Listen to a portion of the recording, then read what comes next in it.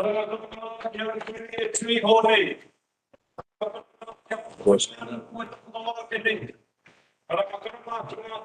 got that control that, man.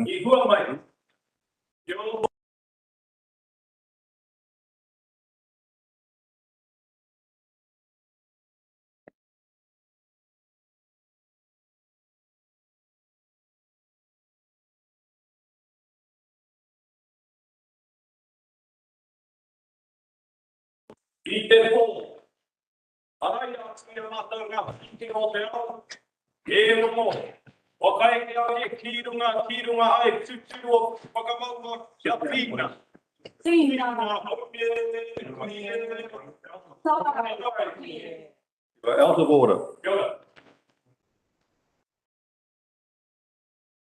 I remind people that if they wish to speak from the public gallery, they cannot.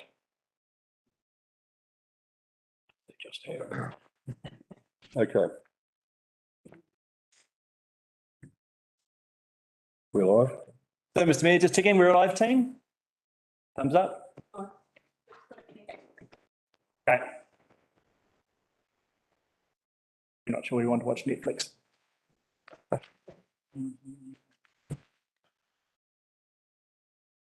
What was the shit every meeting?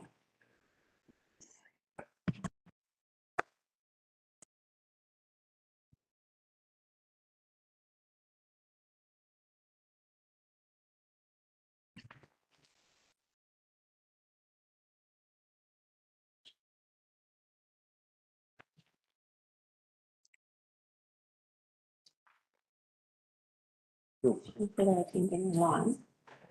Attending on one. And my pair is running late.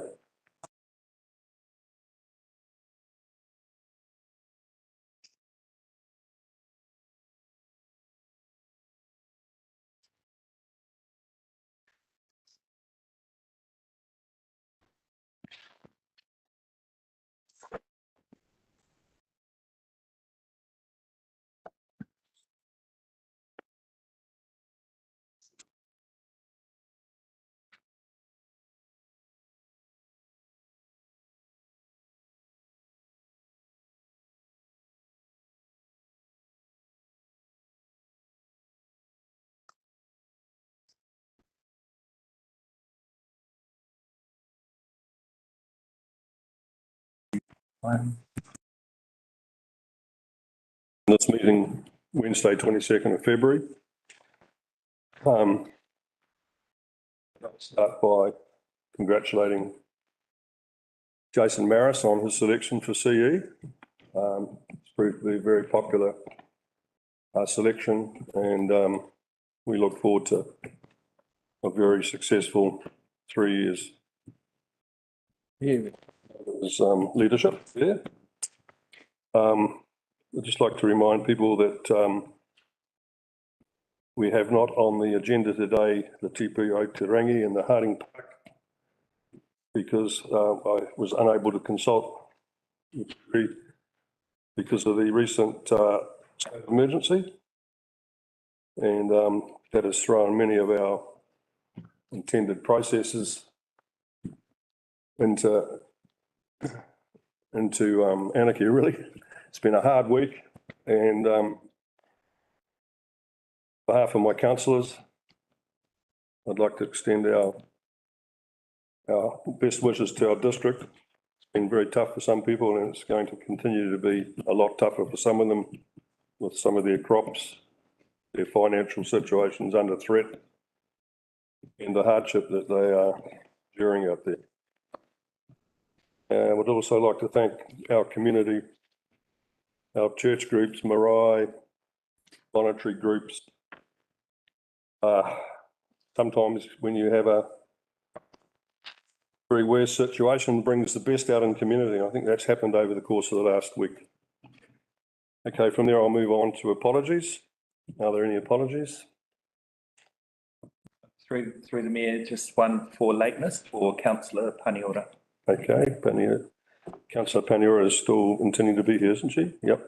Yeah. And Councillor Naya, he is online, so hopefully he's got a good connection there. Any declarations of conflict of interest? Sorry, Mr Mayor, you just have to move in second Oh, the okay. lateness one. Sorry. I'll have to, I'll move for the lateness one. Second, Aaron Wilson Collins. I can second it, Ash. Move to any conflicts of interest declaration? Oh, I couldn't vote to say aye. Aye. All those against? Okay. Now move to conflicts of interest declarations. There are none? No. No, okay. Now we move to presentations and petitions. Presenters have up to 5 minutes to present their items, and elected members can ask questions after. The time can be extended by discretion. So our first presentation is from Mercury Energy. Stephanie Cook will present this item. Thank you, Stephanie.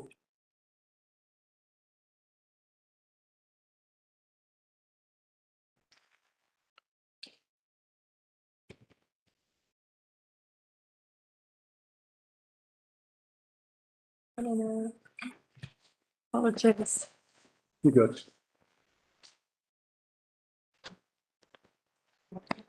I'm Stephanie Cook from Mercury Energy, and I've got Kent here from Electronet, and Alan Rawson's over here from North Power, so here to field any tricky questions if I can't answer them. So today I thought we'd just come in and give you guys a bit of an update on the Kaipara wind farm project and the associated power line that we need to construct to connect it to the Dargaville substation. So in March 2022, we got resource consent for the Kaipara wind farm. It enables up to 19 turbines. It's located out from Armady Station. Sorry, you want another name? And it will be about 75 megawatts, which is set by the capacity that the Dargaville substation can. So we're currently working to complete all necessary works to commence in the second half of this year. And at the moment, securing land rights for the transmission line route is one of our critical path items that we really need to get sorted. So we'll just go to the so just some highlights, I guess, in regards to the wind farm project. There's plenty of regional benefits. One of the main ones is increased security of supply to the Dargaville and Northland area. Currently, the majority of power for this area comes south of Auckland. And this also means that in Northland we pay more for line charges through the transmission pricing mechanism. The further you are from the generation load, the more you end up paying.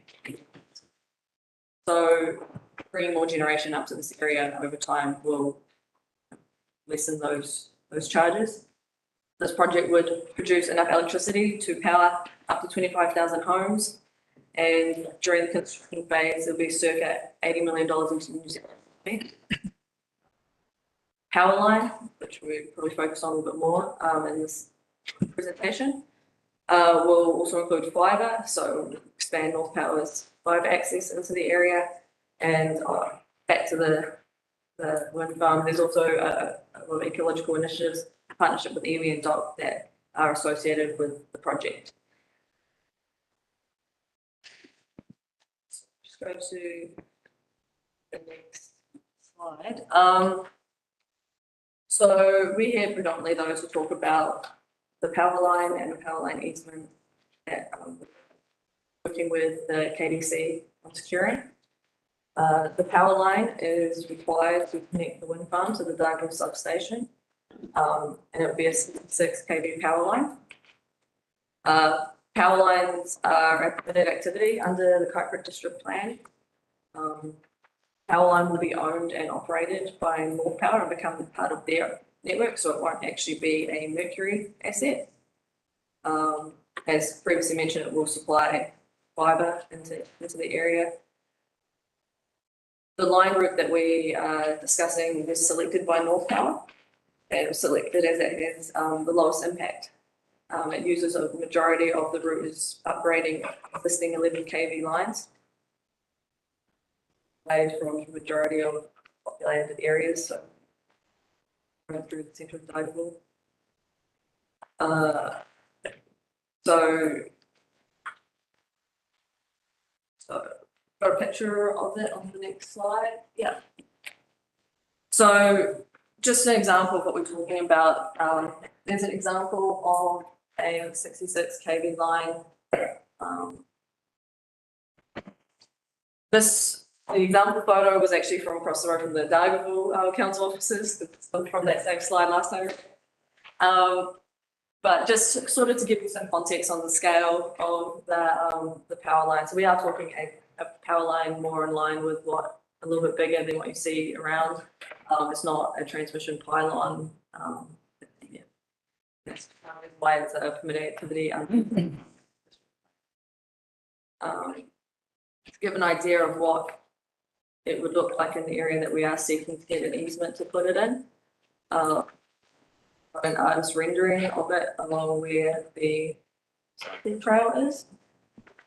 So the section of the cycle trail or the corridor where the cycle trail is that we want to put the power line along is farmland of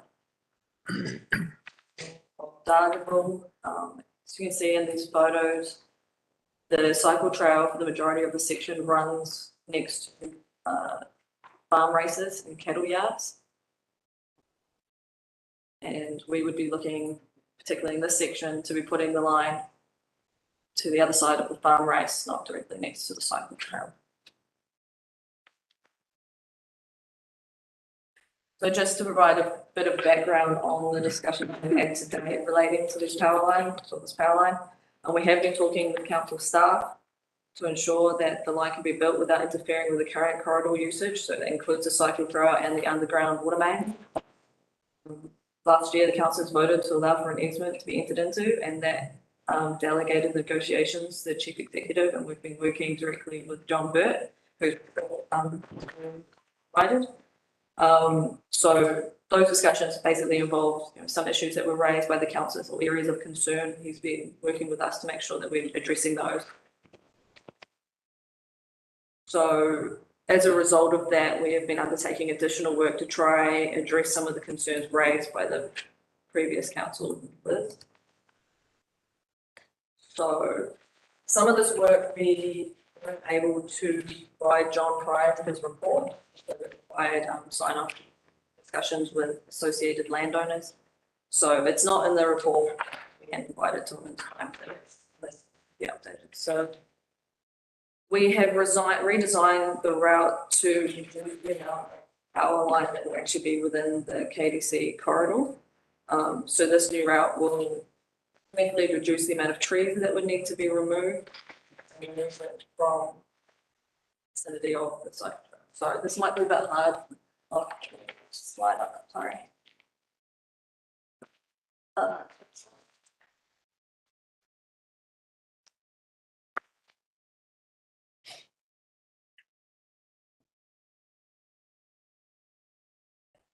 Yeah, so this might be a bit hard. Maybe Keith can help speak for this one. Yeah, so if you look at the, I know it will be very hard to see, and I hope they will get amendment out to your documents. Is that we're talking to a customer or a landowner that seems quite willing at present.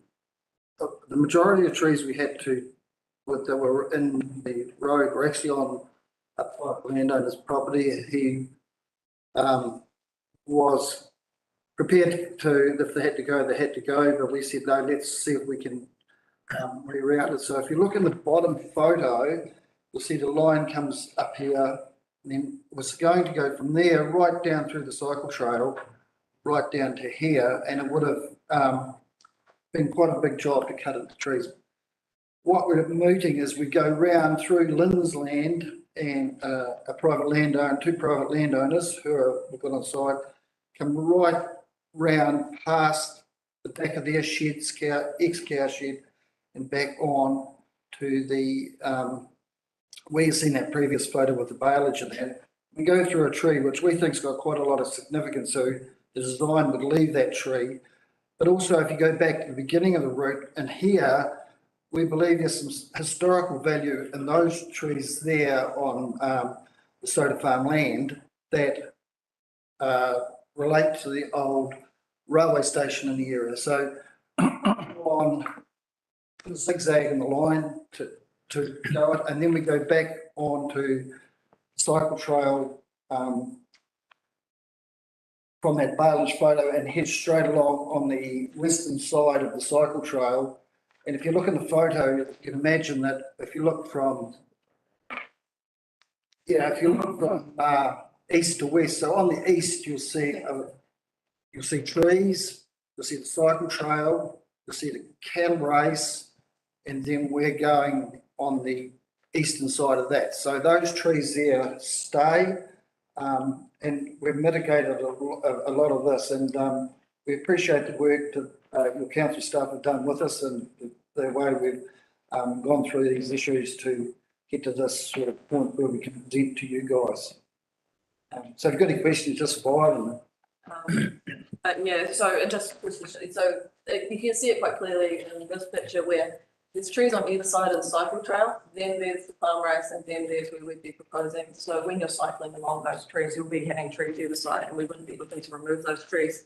So in this particular section, you'd be pretty screened from seeing it. In the previous section would be removed from the cycle trail. And so the actual section on the trail where you potentially have visibility of it is reduced significantly for this new sidewalk. Just have a couple more slides and then we can just jump to questions if that's cool. So yeah, this one here. So there's been some discussion and queries about whether we should underground the line.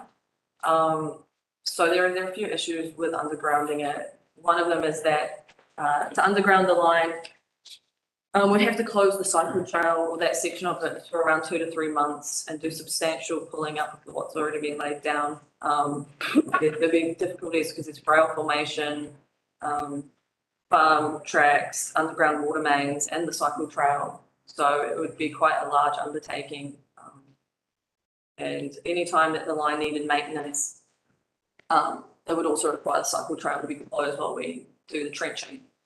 And it's significantly more expensive, as you can imagine, due to all those factors. So we're talking, you know, around 800,000 for overheading that section compared to around 4 million ballpark figures. So that's the magnitude of the increased expenditure. On the other hand, if we have an overhead line that can be visually inspected easily, we wouldn't have to close the cycle trail at all to install it. We can do traffic management to escort cyclists past the work that's being done.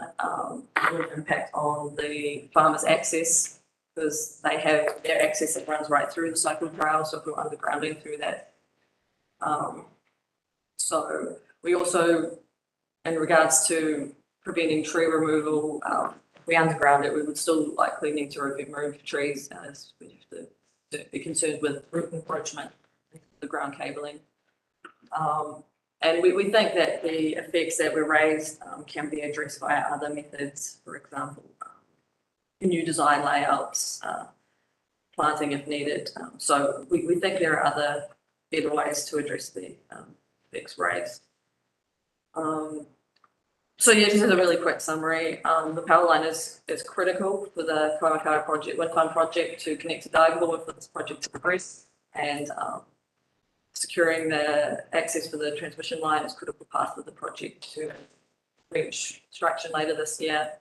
And the wind farm has regional benefits, including security of supply and supporting providing electricity 25,000 homes. So yeah, that's the end of my Questions? Any questions? Members, Councillor Vincent. Thank you, Mr. Mayor. So we have an equation. I was wondering about the break-even point between the two options for like what price would power have to be before the undergrounding of the line would become viable. So can I just say to provide context, I'm one of the few councillors here who was there that voted in favour of the original on the basis that, well, if you didn't get the okay from council, you could park the line on adjacent property, which it seems that you're doing partly anyway.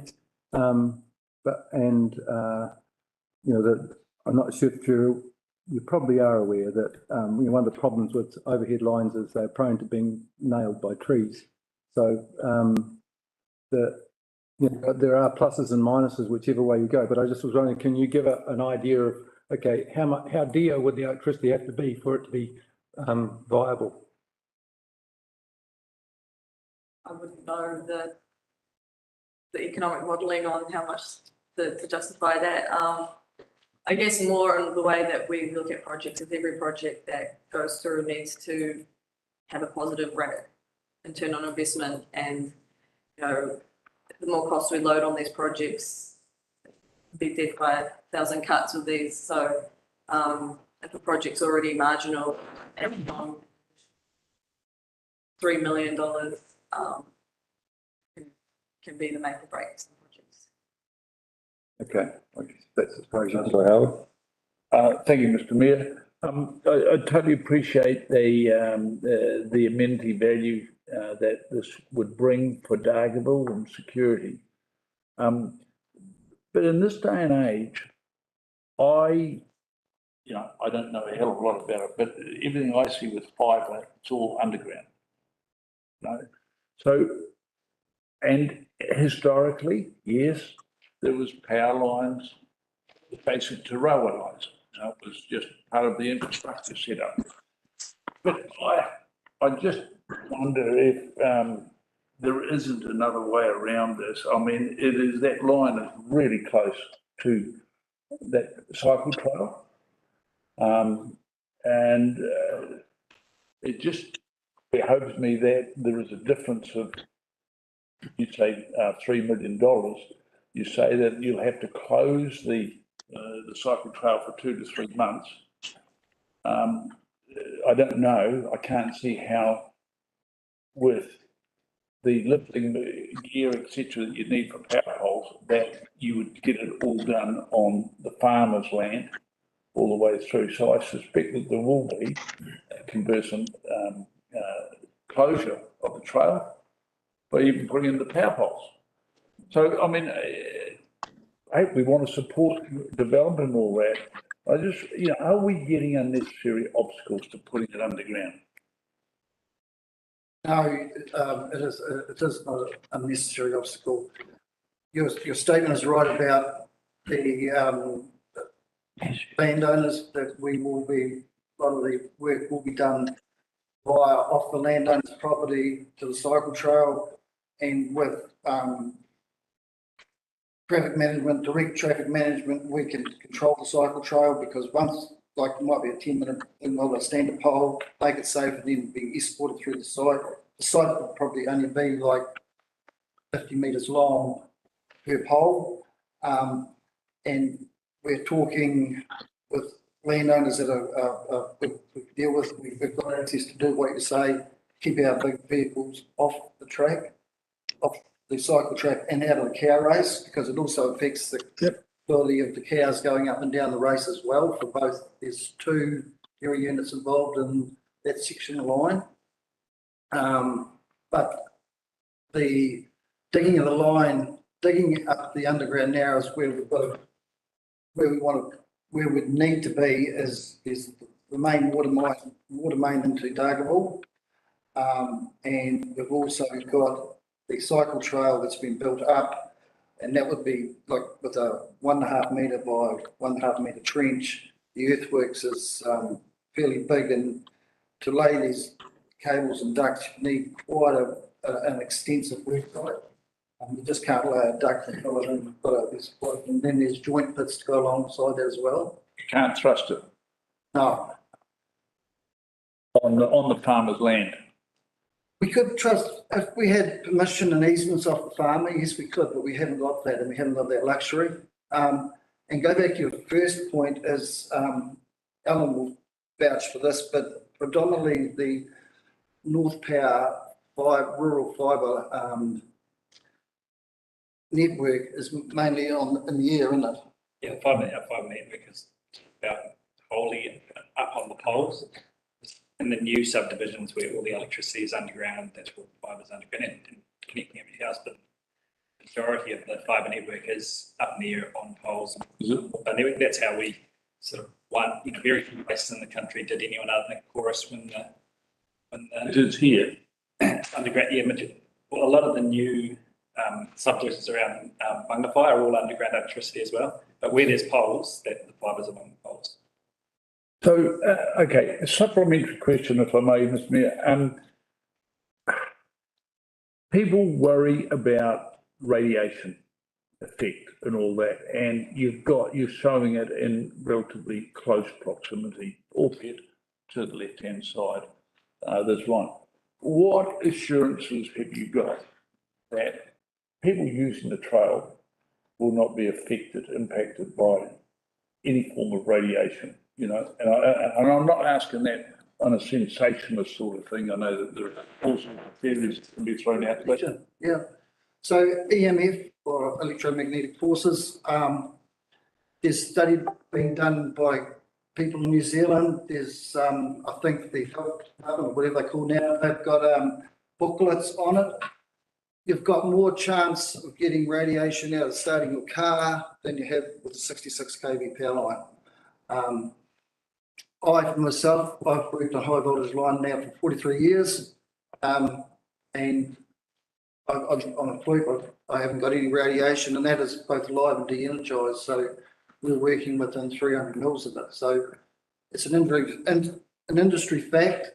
It is also a health and safety within the industry that staff are monitored and all the way through. So it's very low, and there is data that can be produced on that. right, thank you. Thank you, councillor Larson. Thank you, Your Worship. Yeah, hey, thanks for coming and speaking to us. I was in the previous round of this conversation too, so I'll just clarify a few things to get my facts straight. And so I've got a few questions, if you just bear with me, just to clarify exactly what's proposed to be on site. And you may have already given this information, but just so I can make sure. How tall are the proposed poles? The proposed poles will be 15.5 metres. They are 2.8 metres in the ground, but they have the design. We go to what we call an E-type design to keep the lines off the tuning properties. That's fine, but if we have to put another vertical insulator in, they go up to, so you take 2.8, 3. Yeah, so it's about 16 metres, not 16, 14 metres max. So you're saying 14 metres max above ground? Yeah, that would be max in the worst case scenario, but normally they would be around the 12 metre. 12 to 14 metres, yeah. And do they have a cross arm? They have, some have cross arms, some have what we call a E shape. So we've got a small 200 mil bracket sticking on the side of the pole, and start to protrudes out of that. The insulator length is deemed by the voltage, so you need so much insulation. Voltage increases, like if it's about this long for, well, it's about that long, 66. All I'm asking is this specific situation, you obviously have an amount of voltage that you're designing this to go along. 6 kV, yeah. So how long is the extension or the cross arm for that? As I said, the pole design varies, but it's usually to one. Sorry, I'm talking about the pole design that you are proposing to use on. Yeah, I haven't got the design with me, but there was a design for it, yes. So it's, as I said, the insulator will stick out probably, like I said, 1.5 metres max from the pole. Okay. And how many wires are you planning on running along this easement? Along this easement, we're running 3 wires and 1 fibre optic. So there'll be a fibre optic cable below that as well. And how high above the ground is fibre optic cable? Fibre optic must meet the electricity regulations, and that will be at least 6.5 metres. And is that where you would be proposing to put it, 6.5 metres above the? Yeah, we've got to, we can't. Were you proposing to put it higher than 6.5 metres? Well, go higher if we've got to high, yes. But the basic design is that. how many meters of the cycle trail would the line be on? Okay, so that is the New question. design. Under the new design, we bring it down to about 1.1, is it? I mean, and to be clear, it's not on the cycle trail for any of it, that's in the vicinity of it. But, yeah, the section of that has now reduced by, I would say, at least 500 meters. Yeah. So we've had 1.8 before, so maybe 1. Now. Yes. And so just to look at your options, in terms of your default option, which was to go along the road, I presume, which is, Yes. you are entitled to do it by right. That's correct, yeah. What is the cost of doing it along the road? What is the cost of doing it overhead through the easement you're proposing under your new design? And what is the cost of going underground easement along the new design? So there is definitely a cost component to it. I don't have the exact numbers. Approximate numbers? I haven't got the approximate numbers. I know that when we did a costing exercise, some options fell in and out, but the main motivation for the group that was actually selected by North was to lower the impact on dwellings. So while there are sections of road we are legally allowed to put the road down, it would require us putting poles quite close to people's houses and clearing trees right in their front yards. This route has a lower impact on people in the area, and it goes, nice close to as many houses. That was the main driving factor for this route. We're using the majority of the route using existing 11 kV line, so just upgrading that. But this section is kind of where we need to connect those two routes.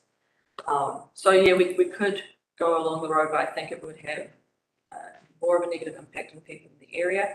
And there is a significant cost factor as well, just because it's not as straight. So the more you have to go around corners, you have to put in the poles, it just exponentially grows the cost. I don't have the exact quantities of that. Okay, thank you. Just one last question. Have you explored completely with the neighbouring farm or farmers in that section that you could go on their land with an easement overhead or not?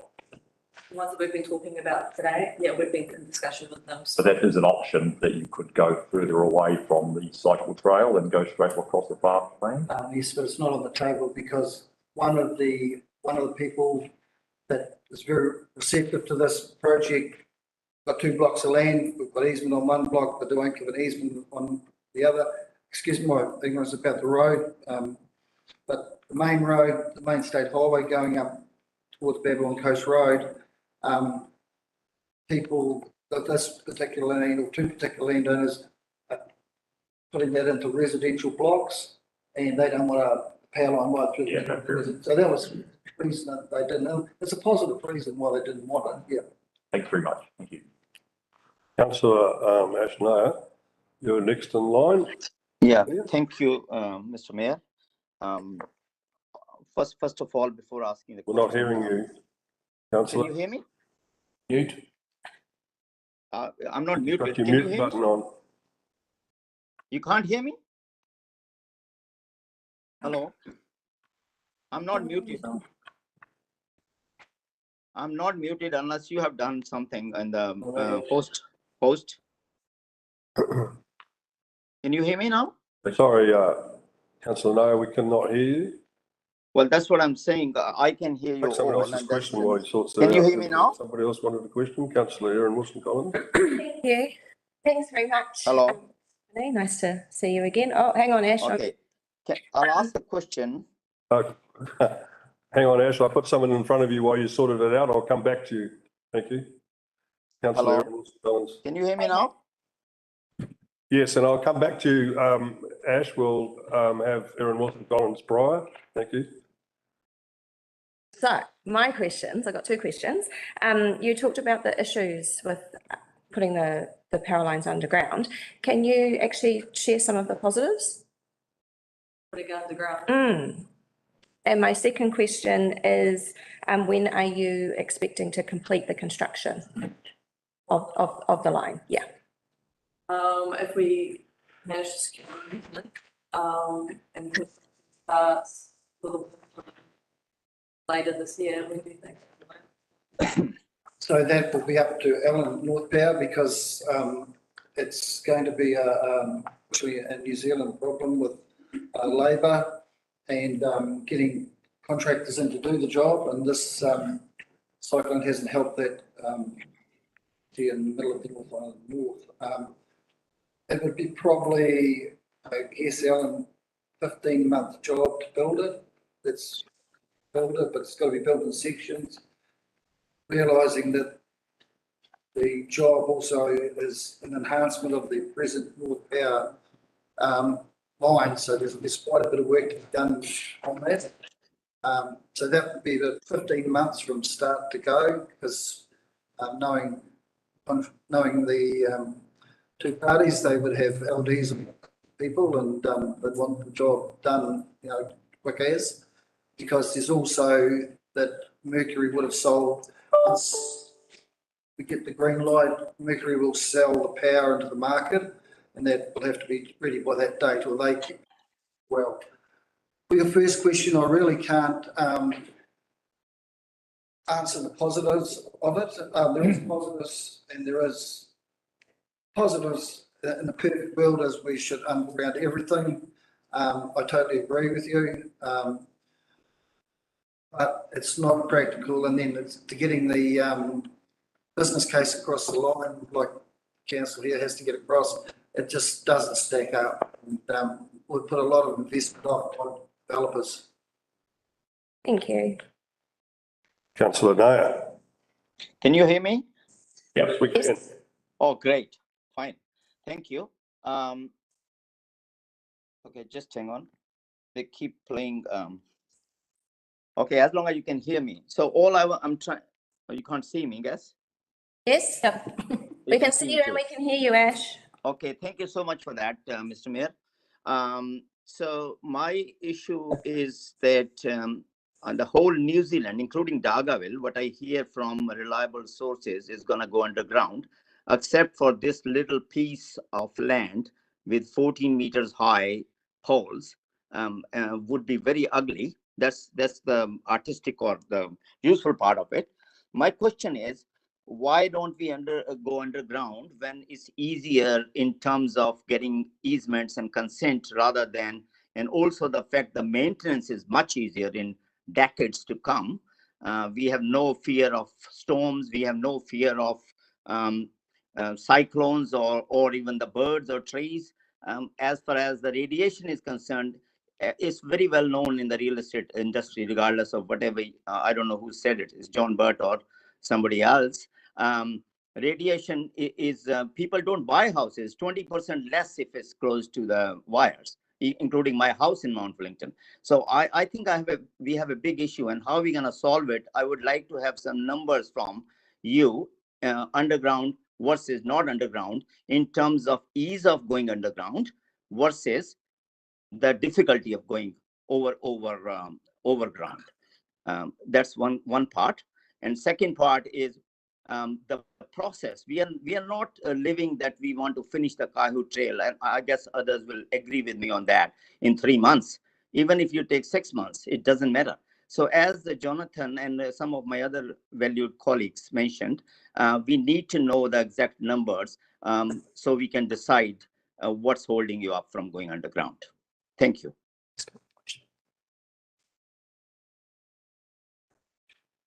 Can you? Yeah, so Alan Ross from North Power here. So it's Alan Ross from North Power here, sorry if you can hear me. So, generally, there is a lot of positives for underground. You're right, trees can't go through it underground. You get, I guess, fewer issues. One of the biggest issue is cost. North Power needs to put a new 33 kV line into Mangawhai, which we're aware of that with the new substation being built. That will come from Mangataroto into Mangawhai, and that will be all overground because the difference in cost is sort of a magnitude of 2 or 3 times if we tried to go underground. And all of that extra cost ends up going on power bills. So yes, there is positives. The cost is quite a big issue with that underground. And the biggest drawback to underground is if there's a fault, it can take an extensive amount of time and expertise to find that fault, whereas a fault in an overhead network is you'll see the break, you'll see the vegetation or whatever there is through it. So to us, the answer is more overhead and better vegetation rules to stop trees going through it. Lots of trees, but sort of further away from our lines. So it is a debate that's ongoing. We get that, you'll see after the storm, you'll see that just about every Facebook post will be, why don't you put it up underground? It's like, yes, we could, but we'd all have power bills that would be 2 or 3 times higher. And it is always a trade-off. Thank you. Sorry, all I'm saying is, whatever you say, you're looking at very short term. Underground is the new norm, and we are looking decades of low maintenance. That's my view on it. I hope you will consider that, and you come out with some figures, real figures, not guesstimates in terms of cost versus going underground and that. And I don't agree on that the whole nation is wrong and you're right in putting them overground 14 meters high. Thank you. Thank you. Look, I'll take one more question and then, because we need to move on, you'll probably be open to any emails with questions that might be further asked. Yes. Line? Okay. Councillor Howard. Questions, Mayor. I'm just extending on from that last point, and the trauma that we've been through in the last. So you've got, and I guess the costs that we don't talk about, the costs of repair of overhead lines, as we're now finding. So of the 1.1 kilometres that you're now talking about having overhead beside of the trail, how much of that is aligned with trees on the other side? And for that, what sureties will you all provide, whether that be North Power, whether it be Mercury, alongside that of the landowners, that the trees will be monitored, trimmed, so that they don't and they can't ever fall over and take out the lines, so that that there is a restriction on the height of the trees. Ultimately, that's I'm quite strong on this at the moment. Is that there's a lot of work that needs to be done, and it's the hidden cost. We can talk about the physical cost of one option versus the other, but actually over time, to Councillor Nayer's point, maybe there is a neutralisation. So I think that it's not complicit on you guys as operators to do it, but I would like to think that at the very least you would work with the landowners to ensure surety of those trees. But I don't know if we're just talking about 100 metres or the whole 1.1 kilometres. I can answer that. So North Power has a vegetation program. We have 3 vegetation crews of our own. We have another company that also provides services to us, and we have 4 tree officers, and basically they do what's called preventive maintenance. They patrol all of the lines in the district and look for any issues, and then the landowners to essentially remove those trees. Currently we cut down any trees that could get into there's certain clearance areas that we're allowed to, and we cut those down at no cost to the landowner. We can trim them away as well, but obviously that's just a shorter term solution. When we work within quite a set regulations as to what we're allowed to do and not allowed to do, the biggest issue is healthy trees that are outside the fall zone that could potentially impact our lines, but it's generally very rare, except for when you see these once in a generation type storms that we've just had. Okay. Thank you very much for your presentation. Thank you for the opportunity. Yeah. Thanks a lot.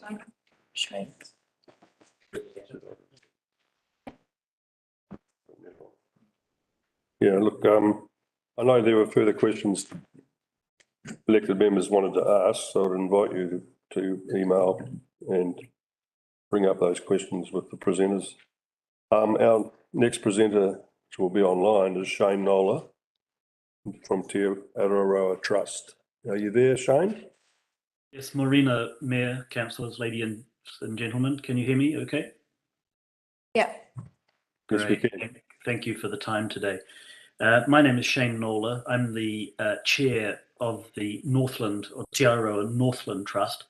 I'm not sure how aware you are all of Te Araroa, which is New Zealand's pathway, as it's known. It's a 3,000 kilometre walking trail that goes from Kaipara to Bluff and passes through Kaipara district through the Mangawhai area. In fact, we only have about 15 kilometres of Te Araroa route through Mangawhai, which comes along the Mangawhai Cliffs walkway to the heads, sort of crosses down the streets on the western edge of the estuary there, connects through to, I think it's Molesworth Drive, and then on to Black Swamp Road and out to the back of the Te area, and then out to further south onto Pakiri Beach and carries on there. So that's the route through Mangawhai. If I was more familiar with WebEx, I would show you on a map, but I don't want to risk disrupting the time you've got. The role of Te Araroa Northland Trust is to champion and protect and enhance the Te Araroa route in Northland. We are a relatively new organisation. We've only just in the last few months been registered as a charitable trust, although we have been working informally for the last 2 or 3 years.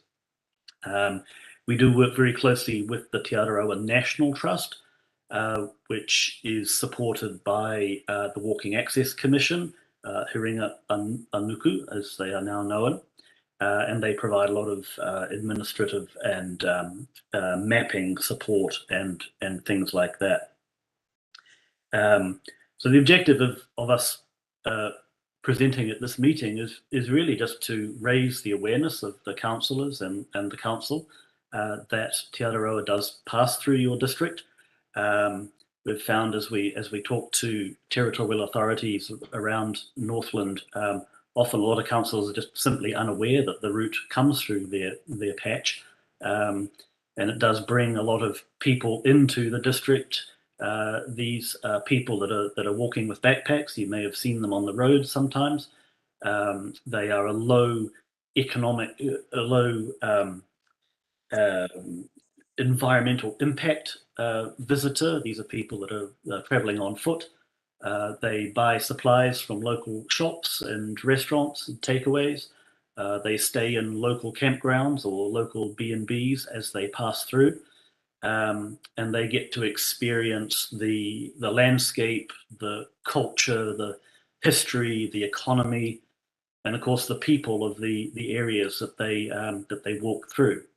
So we feel Te Araroa walkers are big visiting assets to the districts that we come through, and we're always keen that the territorial authorities are aware of the walkers coming through, are open to enhancing the safety of those walkers, where in some cases they might be walking along roadsides, are open to allowing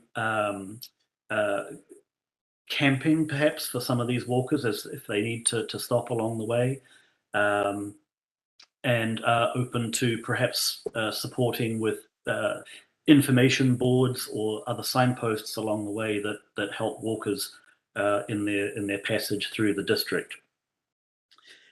In terms of numbers, we estimate there are about 1,500 walkers each year that set out to do the whole 3,000 kilometres from Kaipara to Bluff or the other direction.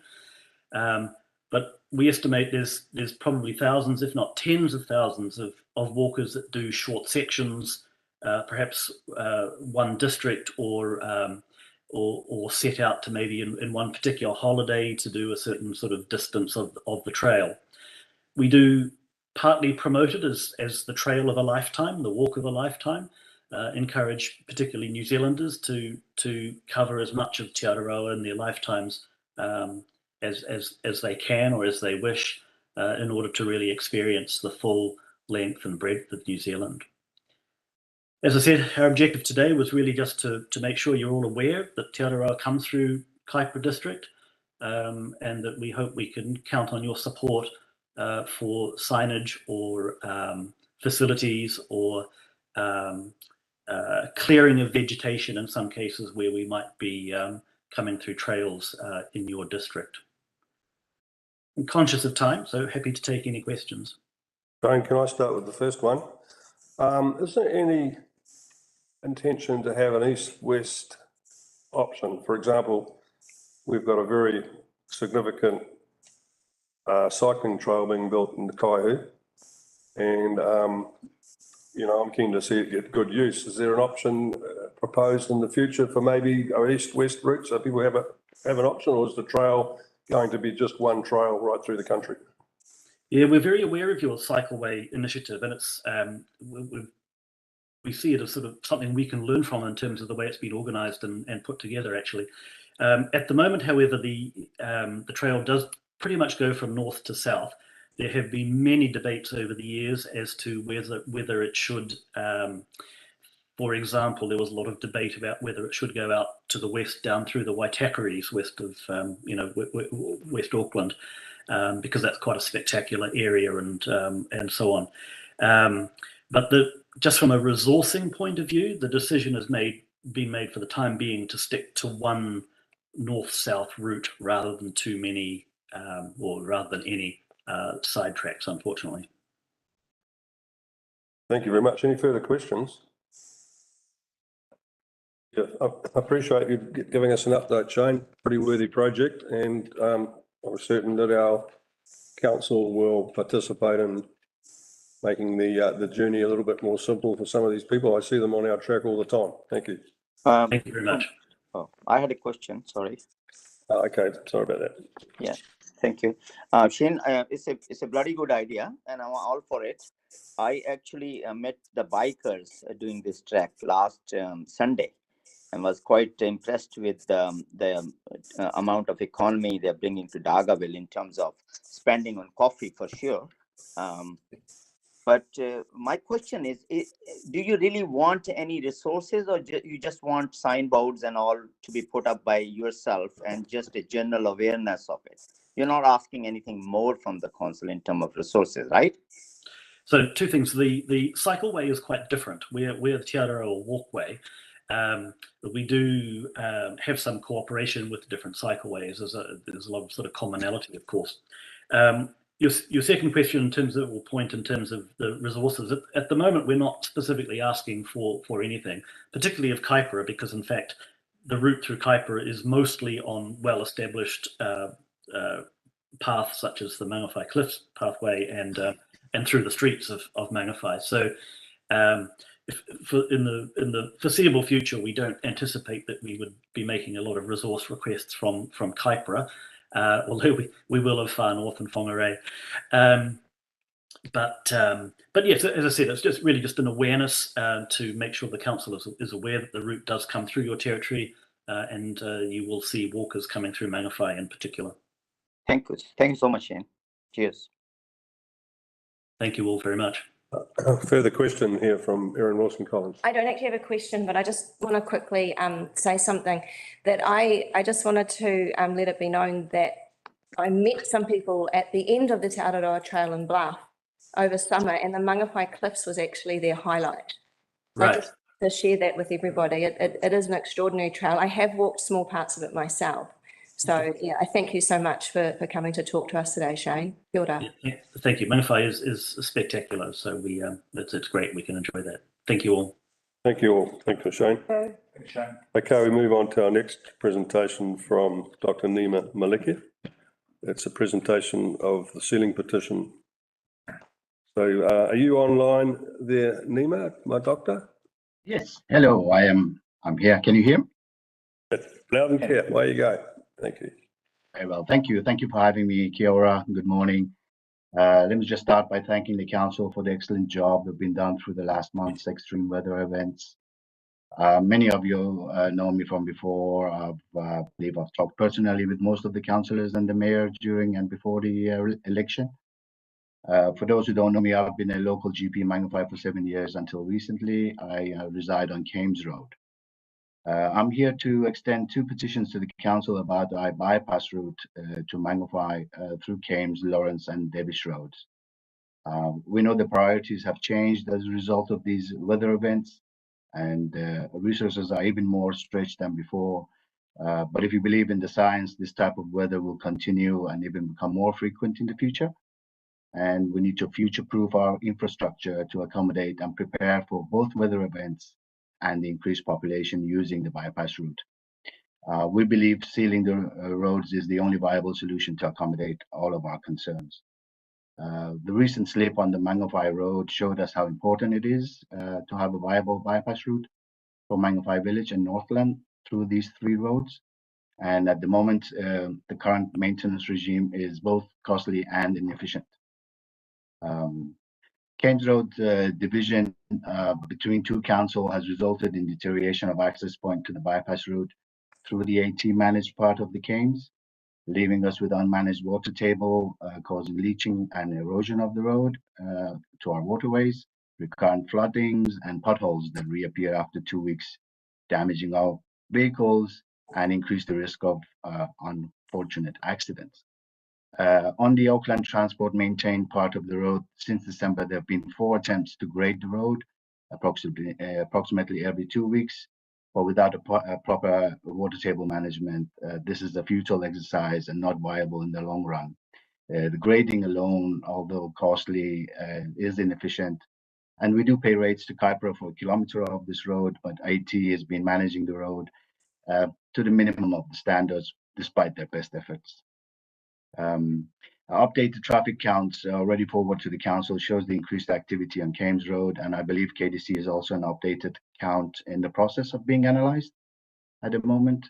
So the first petition is with over 700 signatures is presented to the Parliament work group for attracting funding from NZTA, as we believe this funding is necessary for the council to be able to do this job properly. And our hope is that the council will support this petition to attract funding from the government by supporting the residents' petition. And the second petition is signed by all the residents on these 3 roads, expressing details of our health and safety concerns and asking for sealing of the roads to be prioritized by the council. So everybody knows I've been campaigning for the roads for several months now, and I'm happy to be able to present this to the council. I have sent the link to the Parliament petition to Mr. Marris, and I will present the signed petition in a book to the council shortly. Happy to take any questions if you have any questions, please.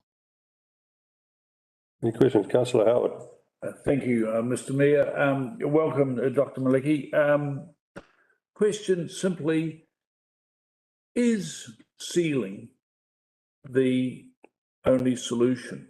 I would have thought that there needs to be major formwork done before anyone in their right mind would consider just sealing the job. That would be the water table management is the most important thing to start with. Well, what about width? Sorry? What about width of road in some parts? Yes, of course, the part of the Kames Road in Kaipara, which is very narrow, has got the concrete paths and patchy, sealing. That does, cannot accommodate any increased traffic through the roads in case of an emergency, or even at the moment where we have to, stop up and wait for the cars to pass by before we can go through. So that is also part of it. Of course, widening the road, managing the water table will be the first initiative in time. Sealing, because of the recurrent slips that happens after a rain and the recurrent washing off of the road. That will be, of course, the next step. So all of those elements are included in your petition? Sorry? Are all of those elements included in your petition? The elements are I have an extensive letter about what we need to have done. Yes, they are a part of the petition to the both to the councils and to the Parliament. Thank you. Councillor Penaya has his hand up. Thank you, Mr. Mayor. First of all, Dr. Maleki, thanks for coming. And I saw your post when I was campaigning, and I'm sure others would have. So you are a stalwart for the roads. And there's another doctor, I think Dr. Shane Reti is also talking about roads. But my question to you is, why you are just giving a petition about one road or two roads? Why don't you go for at least all the Kaipara roads? And I'm happy to sign, and I'm sure every councillor will happy to sign that. It's a national issue. I mean, if we start talking about simple roads, one road will have 1,000 petitions coming out from Kaipara, I can tell you that. So, I mean, your view on it. I'm happy to support it, as I said, but all I'm saying is, why don't we go for the whole Kaipara? That would of course be the optimal, but at the moment, because of the increased traffic on this part and the bypass route for the Mangawhai village, which is a necessity, I think we should look at the traffic counts and see how the activities are on those roads and prioritize the roads according to that. And the recent AT count showed it was 370 cars on the road. And I'm sure that the Kaipara Council will come out with the next traffic count as well to see how much of that traffic is going through to the other end of Kames, where there is the narrow path. So of course, we need all the roads to be fixed, and we need all the roads to be okay, so we don't breathe the dust and we don't drink the dust, and we don't have puddles and all that. Exactly. But well, we have to prioritize, and in this day and age, I know that there's resources are a bit scarce, so we have to prioritize things. So that's why I've been lobbying for these three roads specifically, just to make the access to the Mangawhai and Northland improved. No, just one query on this. Can you also suggest, I don't know what's the cost of it, building a brand new road, Kames Road, on a public-private partnership? They can put a little toll there of $1 or $2. Yeah, that we would like to look at all the options that is available to do that. But I think that's the decision that the council needs to take in time when they are financing this and having this in their business plans. Okay, thank you. Thank you. Councillor Paniora, you have a question?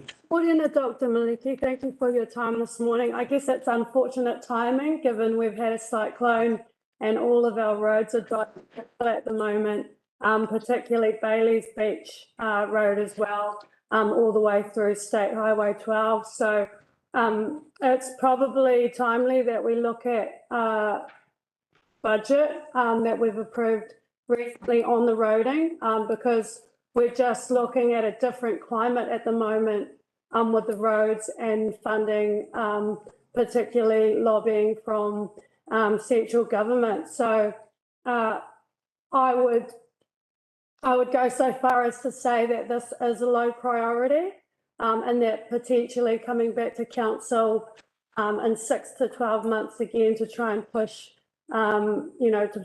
this issue.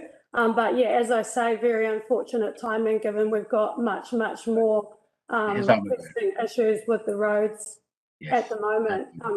Go and have a look at the West Coast, diabolical. That's all I want to say. I am aware. That's why I'm saying this with knowing what we are in at the moment, and I think lobbying the government for all of the roads is imminent, and we should be doing that because the funding is not enough with our ratepayers. Thank you. A question from Councillor Lambeth. First of all, my apologies popping out. There was a civil defence manager there. But my question is about dust. Has dust become an issue with it, and has it become a health issue? And have you done the necessary recordings of the particles per volume of air? We are at the moment through Auckland University planning to do our own dust studies, and there are also some studies through the Auckland University to look at prevalence of rheonite in the dust. So these are two studies that is being planned with the Auckland University, and as far as I know, Mr. Andrew Brown is also said that he was going to do a dust studies as well on all 3 roads in conjunction with the traffic count. So I don't know where we are at with that, but that is the message I have from him. So yes, the dust studies are planned, and this weather that we have had this year has not let us do any dust studies because we've been so wet. And I think when weather gets a bit drier, we can start looking at that and starting that process as well. Thank you. Thank you. Councillor Howard, have you a question? Thank you, Mr. Mayor. Through you to council, I'd be interested to know what accounting we have and what level of funding there is through the development contributions, and I might be wrong in saying this, roading contributions that have accumulated or accrued over years for this area specifically. I mean, do we have an account on that? Because there have been a lot of developments that have happened, new sections opened up, contributions taken. Has this and can this in any way be applied? This is probably, Through you, Mr. Mayor, thank you, Councillor. Yeah, I'm going to ask Sue to answer that question specifically, but what I would say also regarding Kames Road, the NTA very much have been working with Dr. Maliki and are very much aware of the issue with Kames Road and the surrounding roads. They are putting together a business case to understand how much it would cost to sort Kames Road out and that surrounding area, and that will come to you as part of that LTP work. So that isn't trained. I'll just hand over to Sue to talk about that specific question. Yes, so through the chair, we do have a development contributions for roading, but specifically it's for Cove Road. So to collect development contributions, you've got to specify which area you're collecting for. It's general, but it's not very much. so it's not applied to the road on which the contributions or the roading, where the contributions are collected from. No, we don't.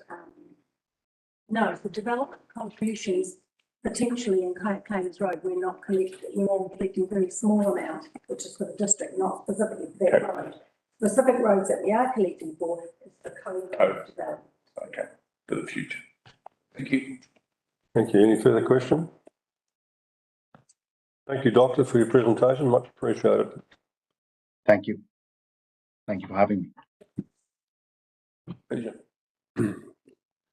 Okay, I take it that elected members have read the minutes. Now I'd like to put a motion that the confirmation of the minutes be confirmed. Do I have a seconder? Karen Mr. Collins. All those in favour say aye. Aye. Against?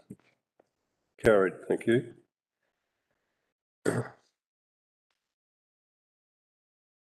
Now we move on to number 5.1, Rail Trail Easement Petition Response Report, to be presented by Michael Day. Thank you.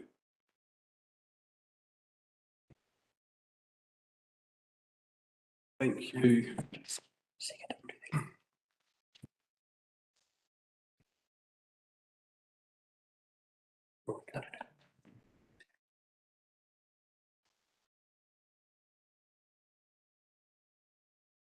Thank you, Chair, and good morning, elected members. This paper was meant to be presented by John Dirt, but as John is leading our cyclone response and recovery work, I'll be standing in today. So look, you've had Stephanie and the team discussing the project in some detail with you earlier today. I'll take John's paper as read. And just note a couple of points that since the decision to grant the easement was made in late September last year, officers have been engaged in discussions with CWP on possible easement terms and conditions. The focus of these discussions have been on possible methodologies available to mitigate effects of the electricity line and the Kaihu Rail, appropriate Council. Council engaged as valuer to review the valuation that TWP has provided. Valuer the original valuation and the estimated potential compensation payable. On both matters, TWP has engaged constructively and demonstrated a willingness to be a corporate partner with council. With regards to the specific quantum of any compensation, this still needs to be confirmed based on the new valuation and further negotiations.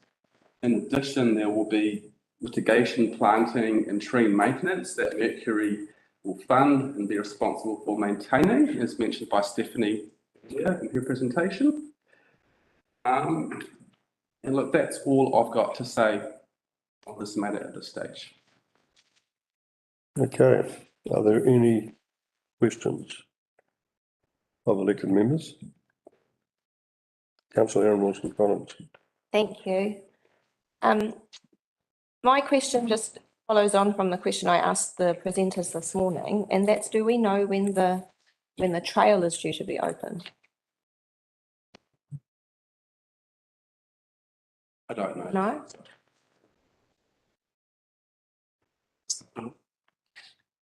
Oh, okay. Been later this morning. Okay. It just kind of affects, okay, no, fine. I'll just look, Noted. yeah. Is it in the report this afternoon? However, Chair, my understanding it's in the externally funded projects. I didn't see it in there. I'll just double check again now if no one can give me the answer.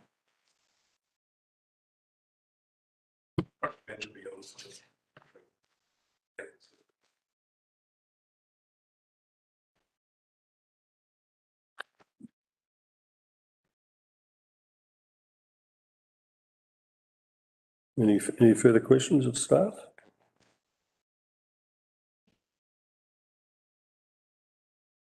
Okay, can I have a mover to accept the recommendation? Would you like to put it up on the board there, is it, or do we need it?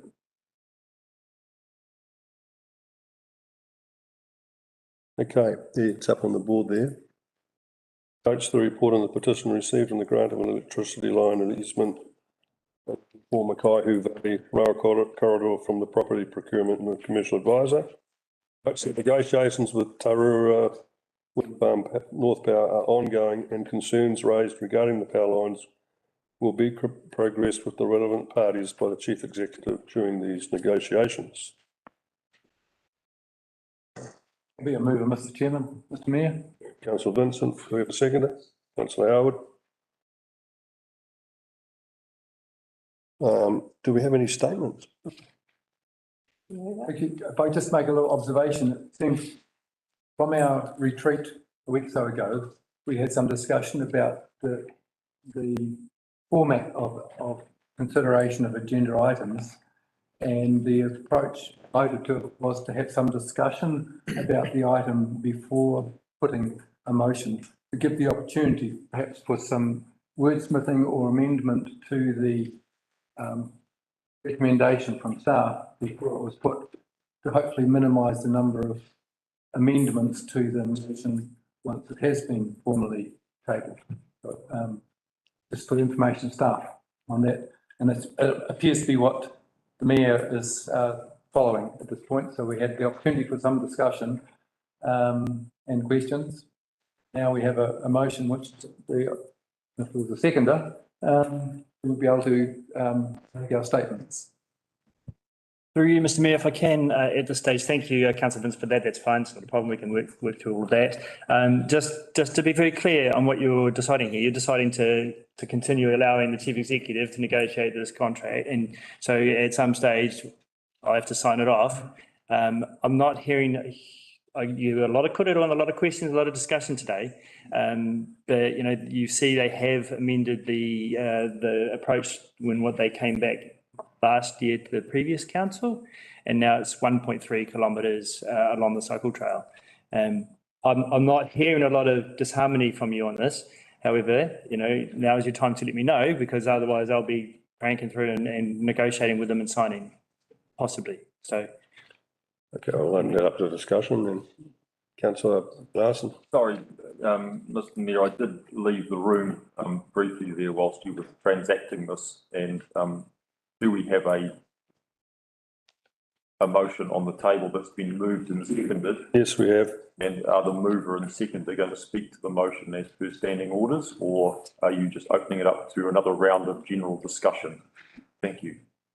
In the first instance, we had questions. I anticipate having the opportunity to speak in support of the motion that I moved. Speaking. And as I've largely covered the questions I had earlier on. No. Speak. Yes, can I move up, Mr. Vincent? Would you like to have it? Thank you, Mr. Mayor, for the opportunity. Yeah, I think, well, firstly, having been one who endorsed the original motion on the previous term of council, it should be no surprise that I would be prepared to support this.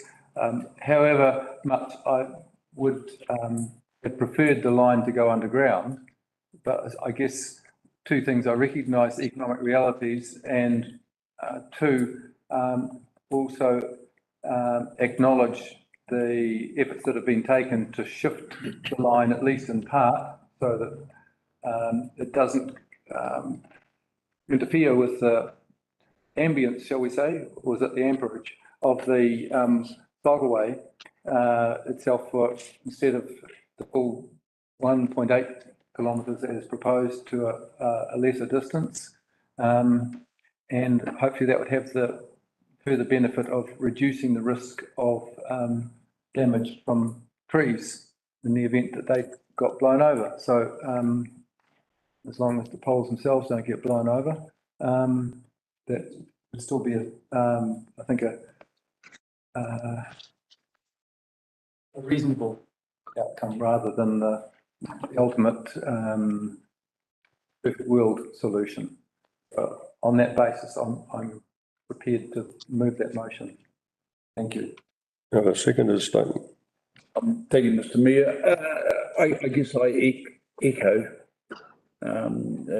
Councillor Mark's comments.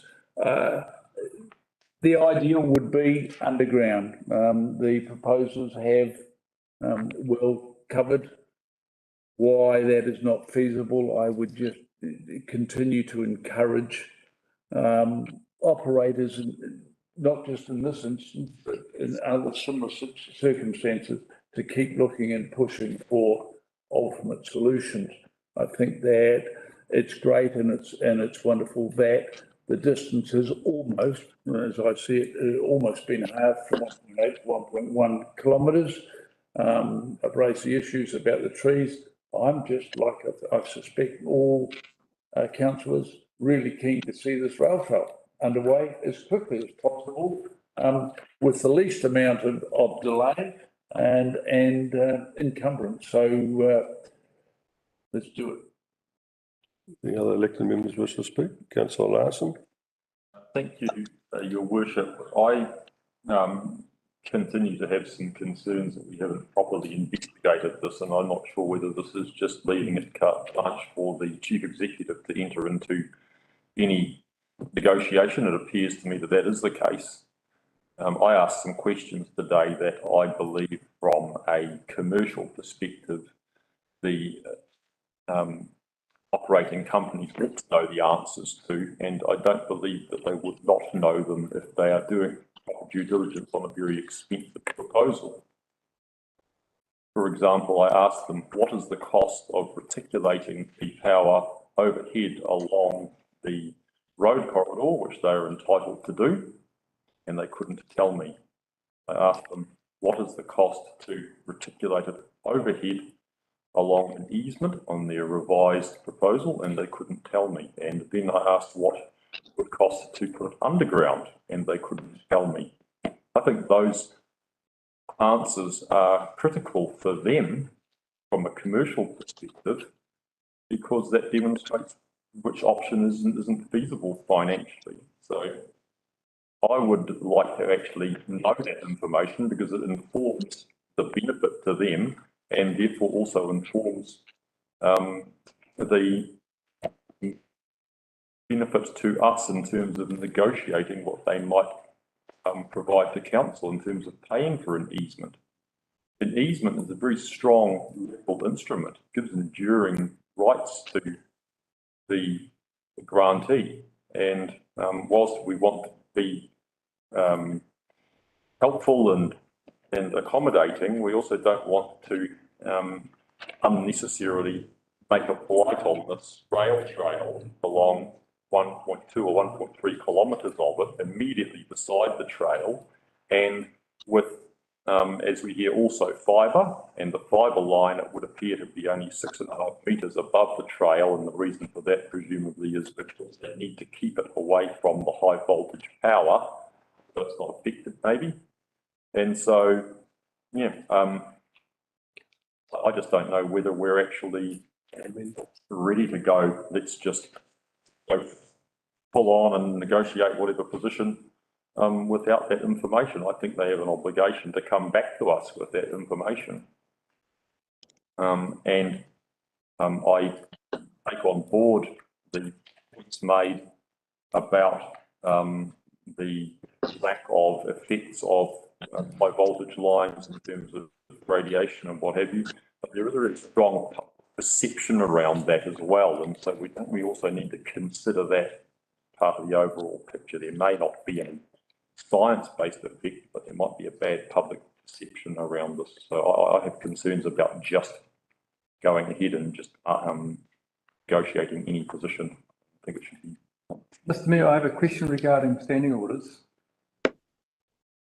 Just wondering if the member is leading up to proposing an amendment to the motion. Yes. I wonder. Councillor Paniora. Through the chair, thank you. Councillor Larson's taken the words out of my mouth. I had understood that we would continue after this as we have time. I don't think we're there yet to delegate authority to the CE to continue to progress this. I would have felt a lot more comfortable had the question been answered from Councillor Wilson-Collins regarding the positive effects of underground cabling, which I know that the presenters would have had the necessary information to answer, even on a personal basis, just to ensure that there have been all options explored and the advantages and the disadvantages. We heard about the advantages to the economy. I think that the amount was in the realm of $60 million per year. $60 million per year. So when we're talking about an increase, potentially 1.5 to 2 million to lay underground, in the scheme of things, that doesn't seem or appear to me to be a huge increase in the cost. We heard about the potential commencement of the works for 15 months' time, taking into consideration the easement being granted, which is not finalised. They're still in the negotiation phases of that. And then also, of course, the labour and the manpower, given the extreme events that have taken that will continue to disrupt the labour force, particularly with the likes of North Power. Laying underground doesn't require a huge skill and training as would laying over power lines. You need a lot of people actually getting in and digging, and we have huge excess amounts in Northland of unemployed and soon to be unemployed labourers given the economic downturn. So my feelings are that we could get a 15-month start date if we do the underground cabling. So that takes that disadvantage out of it. I think that with anything there's complications. So we've heard a couple of the complications in terms of, you know, the pipes that are being laid underground. But I mean, we have maps for that, and that's all part and parcel of the planning. Huge amounts of unanswered questions. I would have wanted more on the figures. You know, where is the $60 million that's quoted? Where is that coming from? Is it actually going to the local economy, or is it going to, you know, overseas investors? So yeah, I'm not comfortable with us delegating authority at this point in time until we get a little bit more information. Thank you. Thank you, Councillor Nair. Thank you, Mr. Mayor. So I concur with the views of Mark, Councillor Jonathan, and Councillor Patty Paniora as well. All I'm saying is, without going into too much details, we don't have the right information. So I would say no to negotiation at this stage. I would go underground. And I'm also concerned about the fact that why we should have a team of pruners cutting trees for 100 years at council's expense, which CEO Jason pointed out that we have a team. We don't want to get into additional commitments on projects. The council has to do a job for the people and not take overly responsibility. That's my feeling.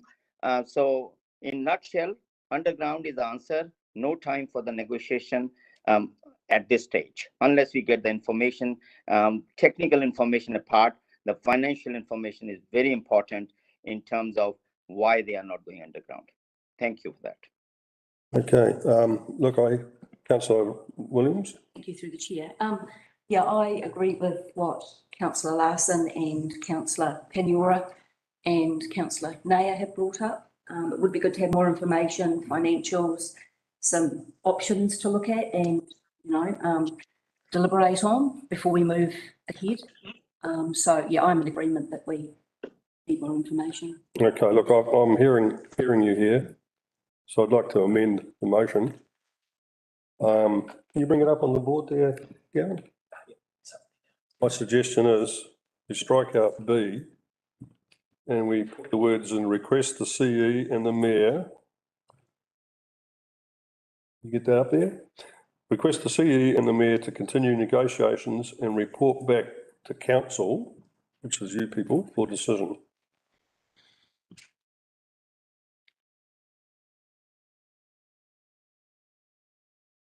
So I will move that. Can I have a seconder? I'll second it. Councillor Lambeth. There you go back to questions. Right. You can, sorry, through you, Mr. Mayor, so you move to statements on this one now. So it's an amendment on the table. Yep. So you now speak to the amendment, then you'll need to decide that. Okay. Anyone wish to speak to the amendment, please? You. I will start. Well, I think it's a good solution to ongoing. Make sure we have a satisfactory result. Yeah, as a seconder, I think this is the way to go forward. The rail trail and the effort we've put in is a piece of gold for this district to have whether it be perceived or true negativity about it at any section. There is more investigation. I was frustrated that I never got to ask a question, but then I was more frustrated about the lack of information that our speakers provided for questions which they should have been prepared for. 1.3 kilometres of undergrounding is going to break the budget. I'm just wondering of the business plan for it. I know that they are already undergrounding from the substation through private land. And we need to get the entire project on the table with the facts and figures for it to continue. Thank you. Okay, any further statements? Slash my wrist, that's like. Okay, let's put it to the vote. Just check that I have the wording right. Sorry. She's on. Request the Chief Executive and the Mayor to continue negotiations and report back to Council for decision. Okay, good one. So, all those in favour, raise your hand and say aye. Aye. Against? Motion carried, thank you.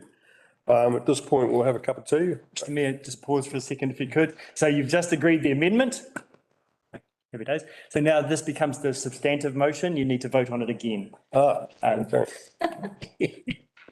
So you just need to put the substantive motion to the vote, which is the same. Okay, can I put the substantive motion to the vote? All those in favour say aye.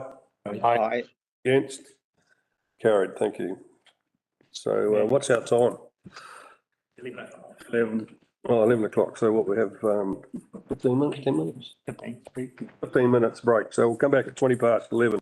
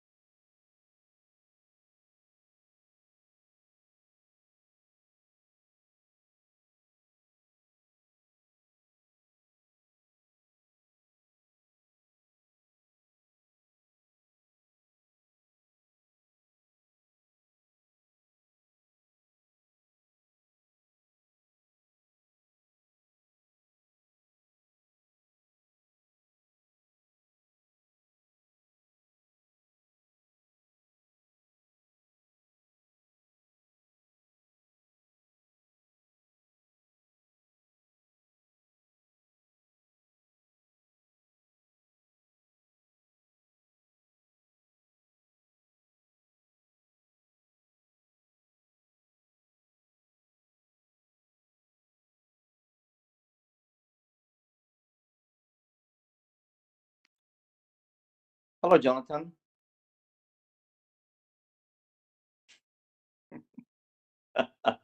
Thank you.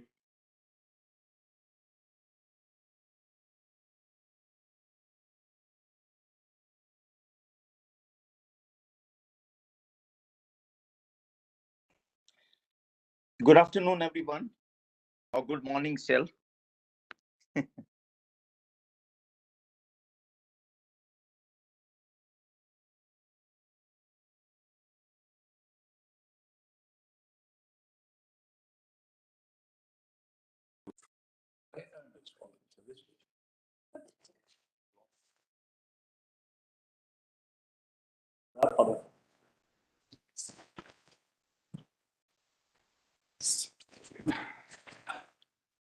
Bye, Mr. Mayor. Okay, End at the moment. so reconvene and next on our agenda is 5.2 delegations for Environment Court proceedings on sand extraction, Pakiri, Mid-Beach, Midshore, sorry. Thank you, Michael. Thank you. Yeah, and hello again, members. I'm substituting in for Paul and Lloyd again. Could I get the recommendations? It just makes sure they're the most to date recommendations.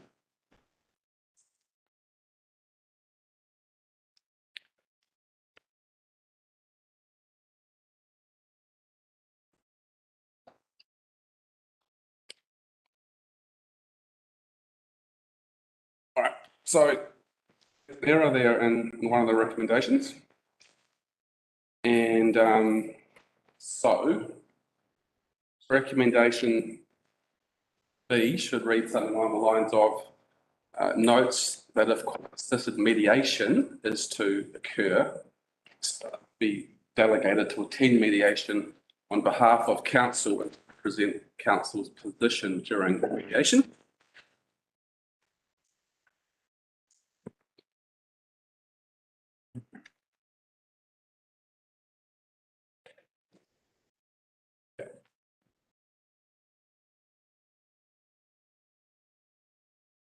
So while that's getting typed up through you, Mr. Mayor, Yeah. Mike, would you like to explain the recommendation and why it's different to what's in the agenda, please?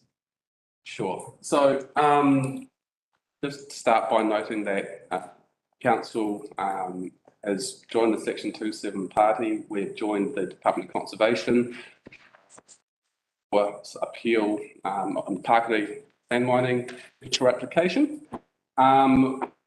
We've just inserted this very late recommendation because the Environment Court last week has suggested that there might, and I say might, be some mediation prior to the hearing, which is going to occur or start in a couple of months' time.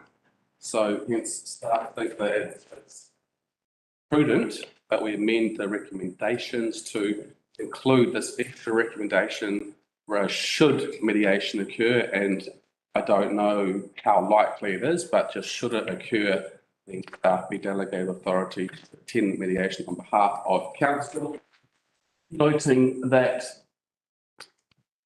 the final actually settle council's position, its recommendation will lie with the mayor and deputy mayor.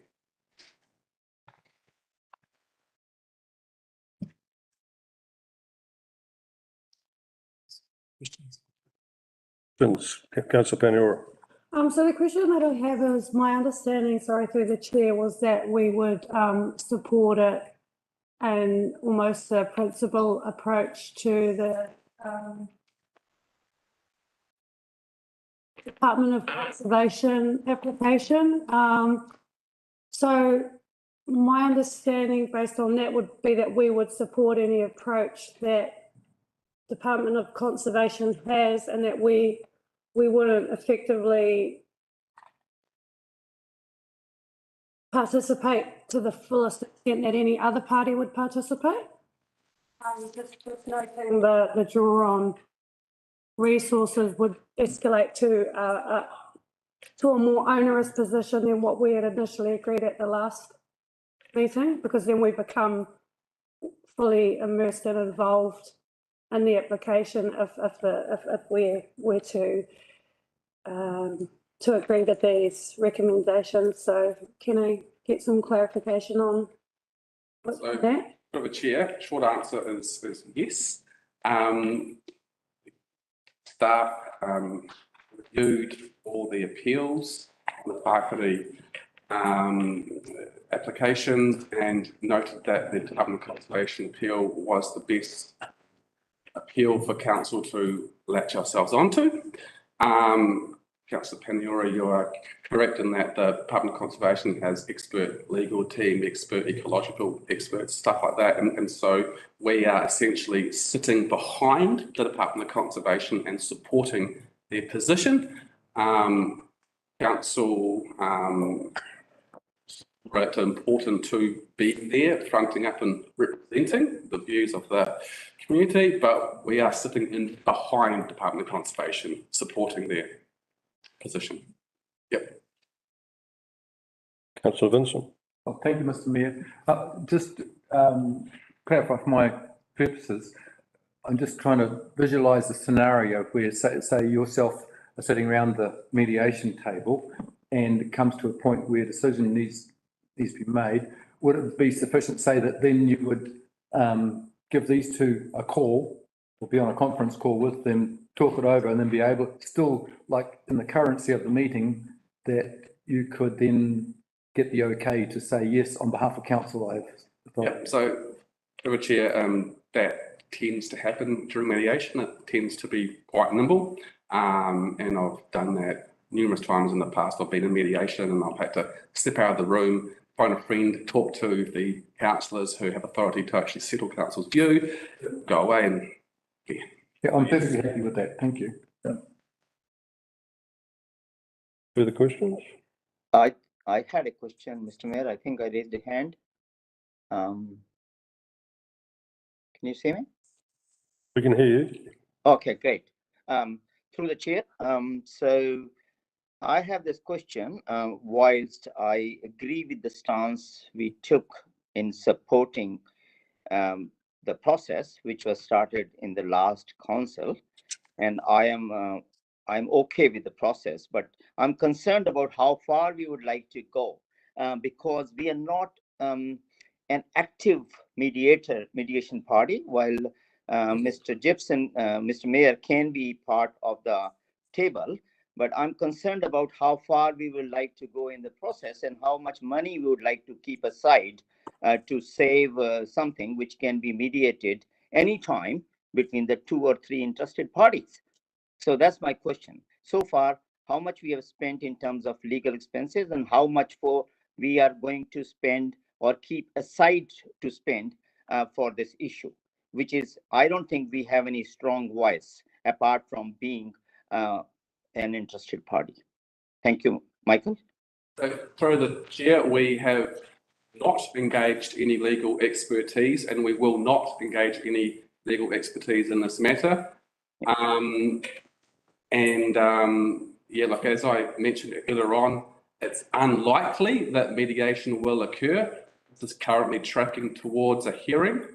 If I'm going to have to put a figure on it, I'd say it's probably less than 20% chance of going to mediation. It's most likely going straight to a hearing. Okay, thank you. Councillor Paniora.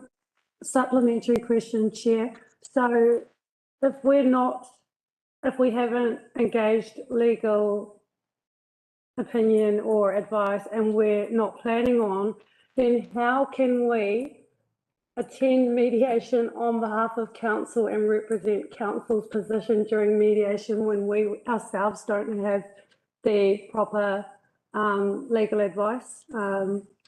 Because that's risky, very risky territory that we're moving ourselves into if we agree to that. Chair, I disagree with that. I don't think it's risky. It's common. It's not uncommon. Like I said, it's very unlikely that there will be mediation anyway. It's most likely going straight to a hearing, and the mayor will present council's position at the hearing, and that will be that. Can you confirm that that's the basis of a 224, is that you're joining someone else who's putting all those costs together? That's why we're joining as an affected party. That's correct. So a 274 party supports an appellant. So we essentially have jumped on in behind the appeal of DOC. So we are not bringing in new evidence, bringing in any expertise. We are supporting DOC's position here. Supplementary, Chair. Councillor Paniora. So that's my point. So the original substantive decision by council was to support Department of Conservation's application. It is unnecessary for us to attend mediation. So I disagree that with your assertion that there is no risk involved in us based on that wording to represent council's position. I respectfully disagree with that. And the second point is that we're asking for a decision today. So for you to say that it's highly unlikely that that will be required, the decision that we're making is on the basis that it may be required. So we need to be very clear that when we make that decision, that we've taken into account the risks, and we've also considered that this is an extension of what we agreed to originally. Our resources need to be directed to the cyclone and the after effects, and the business as usual that's been hindered and will continue to be hindered. And my sense is that this is taking away resources to a very limited area of our district. Councillor Paniora, can you ask the question, please? Okay. So the question that I have is B and C necessary, given that the substantive decision that we made at the last council meeting was for us to support Department of Conservation's application, and we're taking it a step further than necessary. So through the chair, we have joined DOC's appeal. So that's in motion now. And so since we've joined the appeal, we are part of the process. And so we are expected by the court to partake in the process as we've joined the process.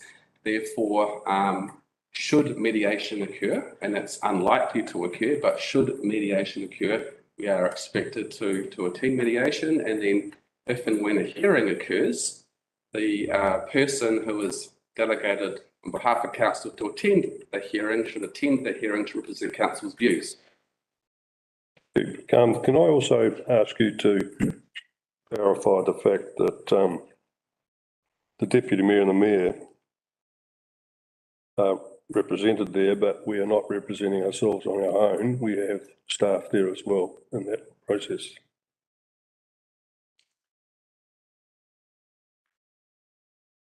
So through the chair, ultimately the authority to settle the council's position will lie with the I understand that, yeah. Staff will support. Thank you. Okay. Councillor Howard. Thank you, Mr. Mayor. So just seeking clarification on this, if we should have mediation. As I understand, it's because we're backing up the DOC application. We and we are not specifically presenting anything in our own right. I'm just wondering whether actually our personnel who would be there would actually get to speak, because presumably they would say nothing other than we support DOC's position. Would that be correct? Yes. It's a support. So through the chair, there is an expectation by the court that when a party joins a process that they attend the process. I've been involved in lots of mediation over the years, and I can say that all parties in the room, be it an appellant or a 274 party, have equal opportunities to discuss the matters at hand. Sorry, but on that, given that you've said that we are not specifically presenting anything. We haven't done any work. We just got them on doc.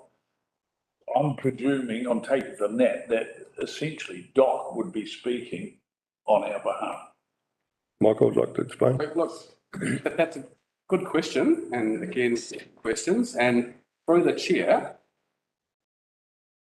an option, what council can do is council can reach out to the court and council can say, Kaipara District Council essentially does not want to be involved in the process any further, and we will abide by the decisions of the court and leave it there. That's an option. Well, sorry, Perry, just if I may, Mr. Mayor, just one extension to that. I would have thought that it is imperative, actually, for us to be in attendance. So at least if something develops, and we're only talking about the mediation, so something develops, so we can have communication and quick response. So if that's all there is involved, even if that is all there is involved, I think that there is merit in having representation. Okay, any further questions from any other elected members? Councillor Manderson? Through you, Mr. Mayor, can I ask, what is the consequence to the district if we are denied that sand by way of a court consent or lack of consent? Have you any comment on that, Michael? I'm not gonna, so I can't and won't answer that, sorry. That's to go through the process, I think. Yeah, Supplementary, Chair. certainly. So just going back to some of the points that you made. So my question is, do we not trust DOC, who we joined as party to in their decision making, and could we not just relay our position through them, then expending resources to be a part of the process? Is that not an option? Was that not what that we made was? So through the chair, that could be an option if council chooses that. I'm now speaking on behalf of Lloyd and Paul, who wrote the paper, and look. Oh, was that not the decision we made? Has that decision not already been made?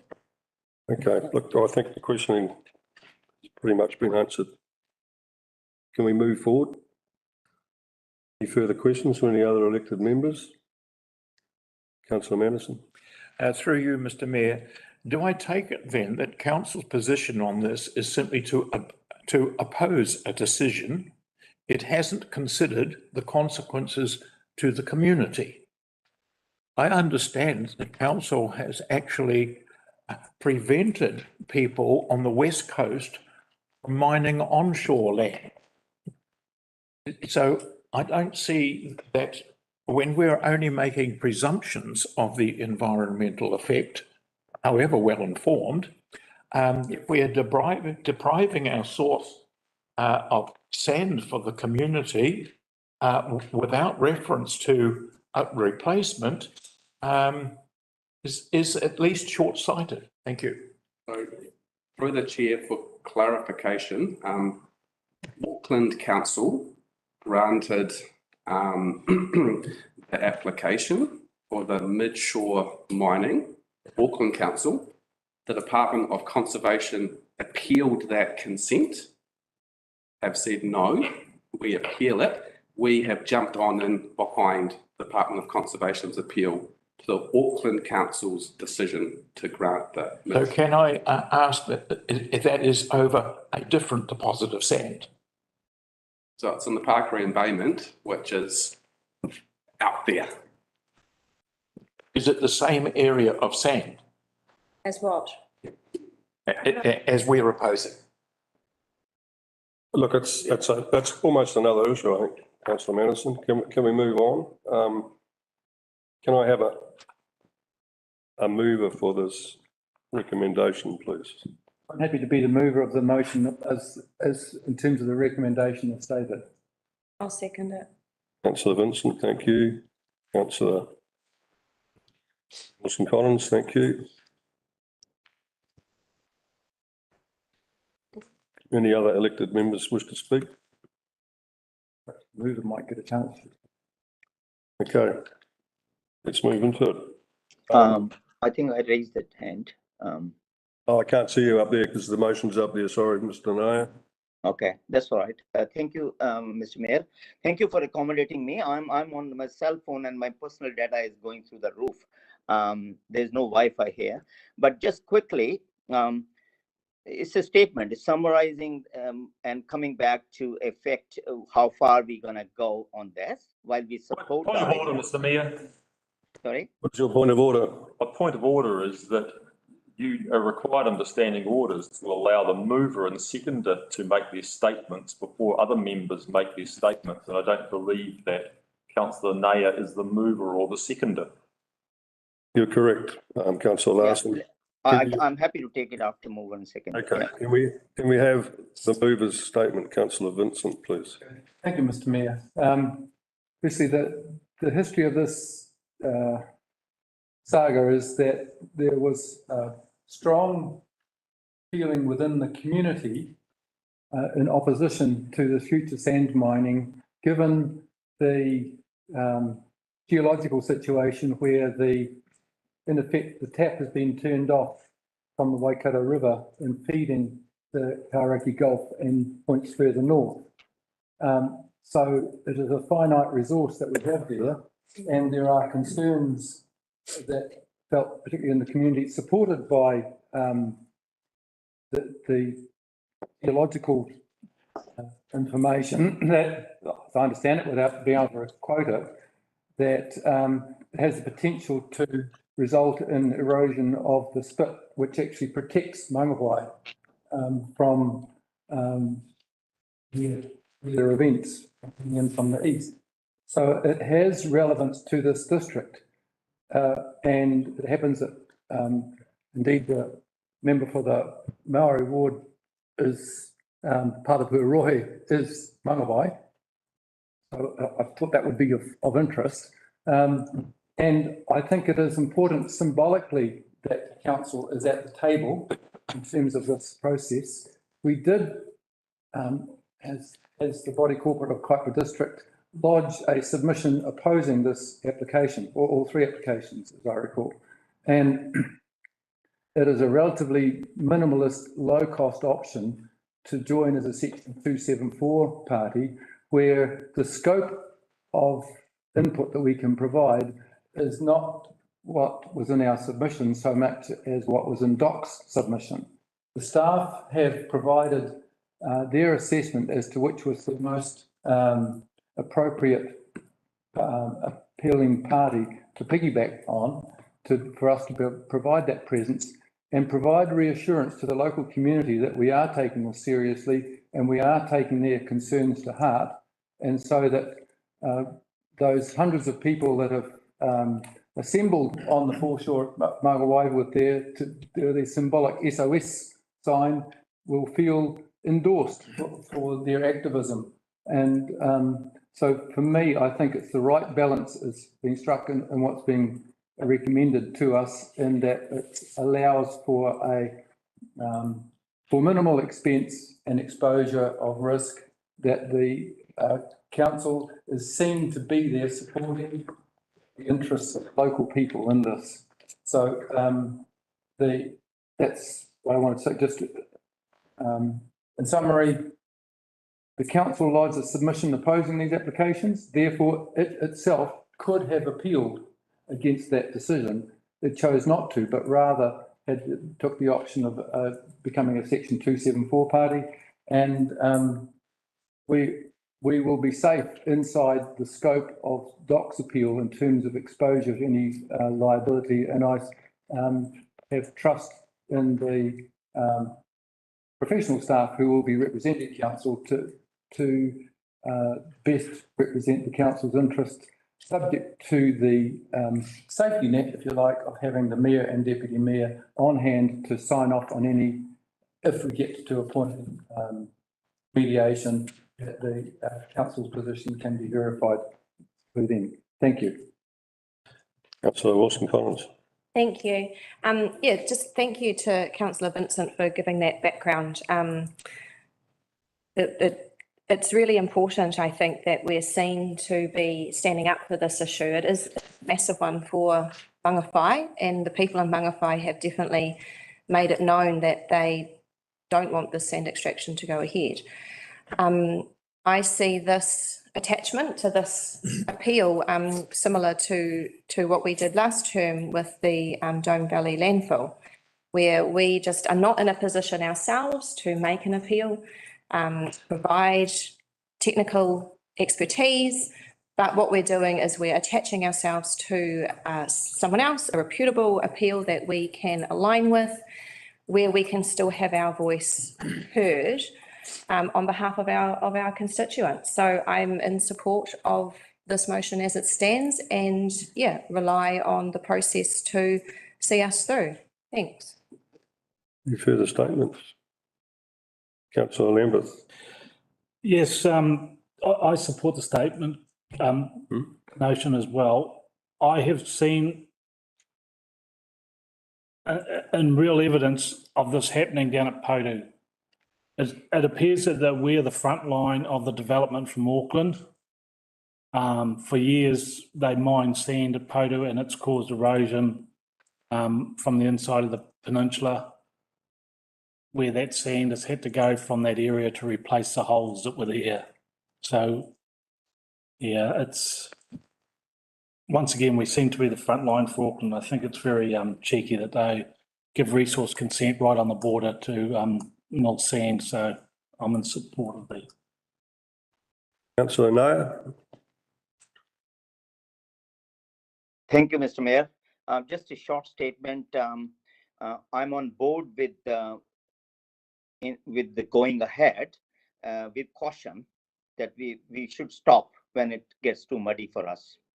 Thank you. Councillor Paniora.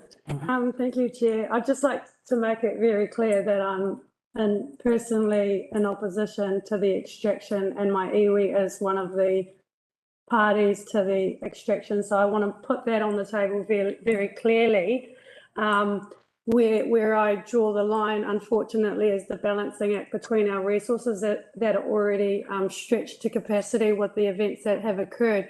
So I'm foreshadowing to have a division from B down in terms of that I feel that I trust that the Department of Conservation's position, in conjunction with us feeding into their submissions or attendance is enough to preserve our position in terms of council. And I don't like to use the word seem to be, piggybacking on, like the position is that we are opposed to it, not that we seem to be opposed to it, okay? I just want to make that very clear. Yeah, that's my statement. Thank you. Any further statements? Mr Mayor, do you mind if I just interrupt for 2 seconds? Can I just clarify, Councillor Paniora, what you were suggesting you're going to do there? So I'm all in favour of A, but I'm not in favour of. Okay. You're wanting to vote in parts? Yes, correct. What you could also do is vote against B, C and D and just get that recorded, but we'll write that at the vote. Yeah, whatever, yeah. Sorry, Mr Mayor. Thank you. Councillor Larson. Oh, thank you, Mr. Mayor. Yeah, I'd just reiterate some of your points. It's so important that we be supporting this. We've seen so much sand movement over this last event. Whether we can scientifically prove that it moved because it had been extracted somewhere else is another matter, but certainly a perception that that's occurring, and it's a finite resource we're dealing with there because it's come from an eruption, not from shells being ground up. So I think it's important we stay in the loop and support the community on it. Thank you. Councillor Williams. Thank you, Mr Mayor. Yeah, look, I support the motion. I think it's really important that we're there around the table, if it's mediation or at the hearing, to support the Mangawhai community. This is a really big issue. And I think we should be there. We need to be there. I don't think having a couple of staff there would cause any extra huge costs or resource issues. So, yeah, I would like to support the motion as it stands. Councillor Howard. Thank you, Mr Mayor. I'd just like to reiterate again, as Councillor Williams has said, I think that it's been seen to be absolutely a committed partner to this, and it's imperative, I think, that we have our representatives there. It's a mediation thing. I think that we must not underestimate the potential economic malaise that the loss of the spit here in any way in Mangawhai would have economically across the whole system. This is a huge element of the economic robustness of this community, but it stretches out across the whole district. So this is very serious. Thank you, Mr. Mayor. Yeah, thank you. I'd like to have a say on that as well. The Deputy Mayor and I attended last week, I think it was, Mangawhai Harbour Restoration meeting, and it was clearly outlaid to us the economic threat, because last time we had Bowler, of course, our harbour was severely impacted, and we have billions of dollars worth of not just housing, but activity around the harbour. And I know correlation does not always prove causation, but certainly the beaches here, as I do regularly, the drop-offs are huge. The sand's either moved offshore on its own or it's gone somewhere, and I suggest it's probably gone into the hole, which is the holes that are created by the sand mining, which is what's indicated by some of the research. And certainly it's one of the topics that since I became mayor, I've had a huge amount of contact from our ratepayers and citizens here, passionate about our harbour, and it would have been unacceptable to have joined this process in one form or another. So that's my position there. Councillor Manderson? I don't doubt that a number of people are seriously concerned about this, but I think there's an unspoken majority that are dependent on sand. So I would recommend that council gives serious thought to making other deposits of sand more available that are currently unavailable by legislative restrictions. Furthermore, climate change is going to make some permanent changes to our farming, and particularly to horticultural potential of Northland. Many people will make rational decisions that it is not worth going to a pioneering area, spending perhaps 5 years investing before there's any return on capital, even presuming they have it or they can borrow it. So where am I going? That we're going to look at a significant land change in Kaipara. There may well be significant lakes that were designed and have been prepared for use in horticulture with copious amounts of water available for other things. And that could be even in treatment of raw sand from along the west coast. It could be irrigated, etc., and then made acceptable for concreting. Thank you. Thank you. Councillor Vincent, would you like to move as right a reply? Thank you, Mr. Mayor.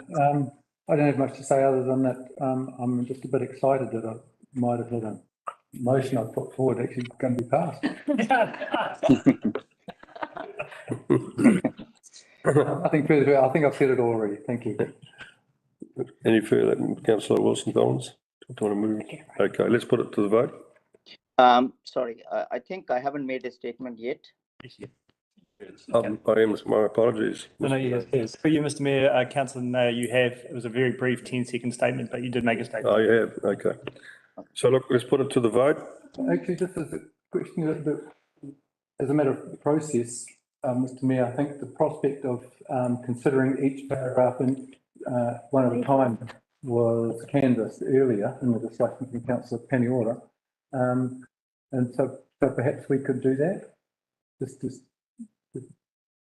So through you, Mr. Mayor, I believe what's been asked, if you can take the recommendations in part, is that correct? So you vote A, then you vote on B, then you vote on C, then you vote on D. Thank you. Yes. So just vote on A. Okay.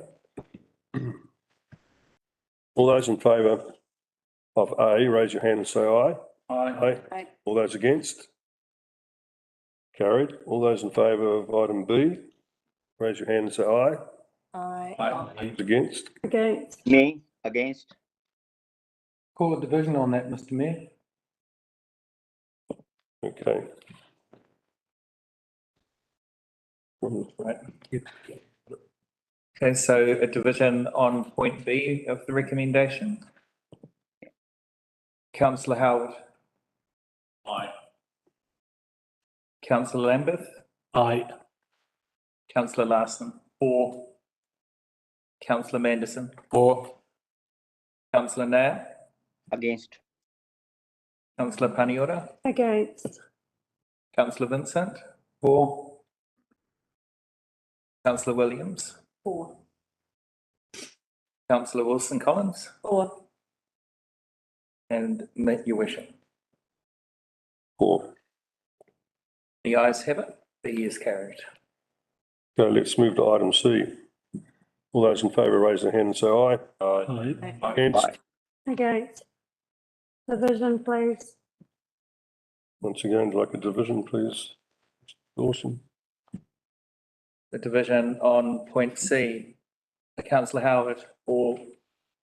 Councillor Lambeth. Councillor Larson. For. Councillor Manderson. For. Councillor Nair. For. Councillor Paniora. Against. Councillor Vincent. For. Councillor Williams. For. Councillor Wilson Collins. For. And your worship. 4. The ayes have it. It's carried. Okay, move to D. All those in favour, raise their hand and say aye. Aye. Against? Against. Division. Okay, we'll go to a division again. Division. Yep. Please put it on the screen. That I can't see that other one. Fine. Okay. So division on part D. Councillor Howard. For. Councillor Lambeth. For. Councillor Larson. For. Councillor Manderson. For. Councillor Nair. For. Councillor Paniora. Against. Councillor Vincent. For. Councillor Williams. For. Councillor Wilson Collins. For. Your worship. 4. The ayes have it. It's carried. Okay, let's move on to item 5.3. Smoke-free Kaipara Policy 2023. In this case, I'd like to move that we go with the recommendation. Do I have a seconder? I'll second. Councillor Wilson Collins.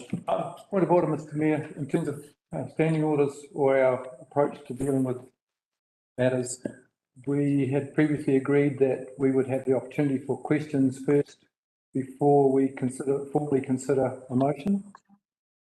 Look, I wanted to use my discretion with ones that I think probably aren't going to create a lot of issues, that we do it the other way around again. Or as long as there will be an opportunity for questions, not that I have any. Okay, do we have a member here? Yeah, Mr. Mayor, through you, Virginia is available online, Virginia Smith. So Virginia, if you can hear us, calling you in. Hi. Got up. Diligent. Yeah. Through the mayor, can I start? Sure. I take my report as being read and present to council the Smokefree Kaipara Policy 2023. The review findings of this policy were presented at the council briefing earlier this month, where elected members were asked for feedback and public engagement direction. Staff have considered and acted on that feedback and direction and now recommend that council adopt the Smokefree Kaipara Policy 2023. I'm open for any questions. Any questions, please? Councillor Larson. Oh, thank you, Your Worship. Yes, I'd just like to ask if councillor has any.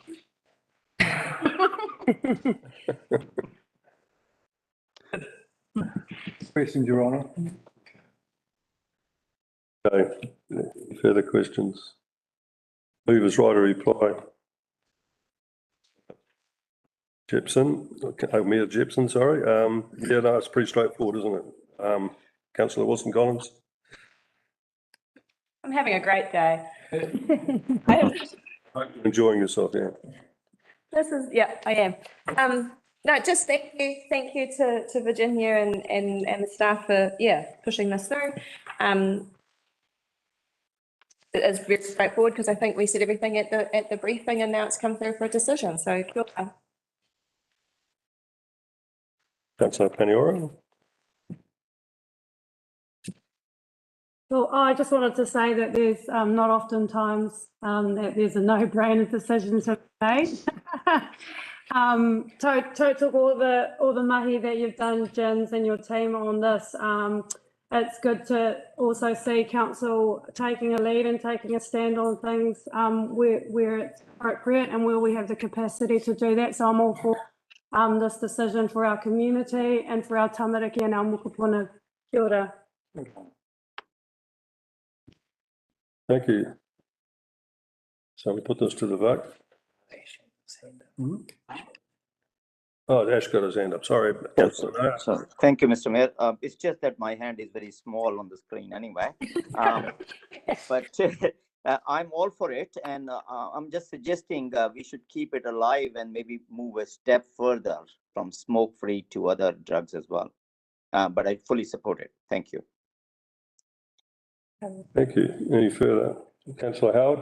Thank you, Mr. Mayor. Look, I will apologise in advance if I've missed it, but I've seen one reference to the word vape.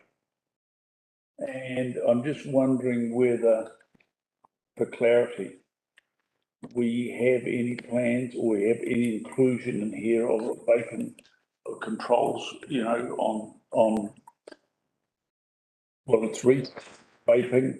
We're going to include that in this. I'm sorry, I've missed it if it's in here. But I just think that in this day and age is a key element, in addition to just smoking. We consider that. So it's a question. Through the Mayor. I think it's a bit late, is it? But thank you. Through the Mayor, there is, in the policy itself, it does include vaping.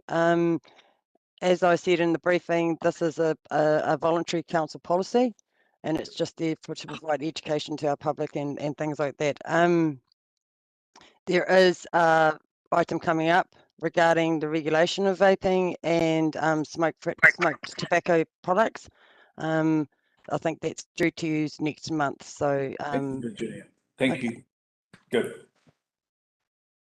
Thank you. Any further questions? Statements? Okay, let's put it to the vote. All those in favour say aye. Aye. All those against? Motion carried. Thank you. Okay, now we move on to KDC submission future for local government reform. I've asked to the recommendation. I'd like Councillor Gavin, put it up on the screen. I'd like to move a recommendation that we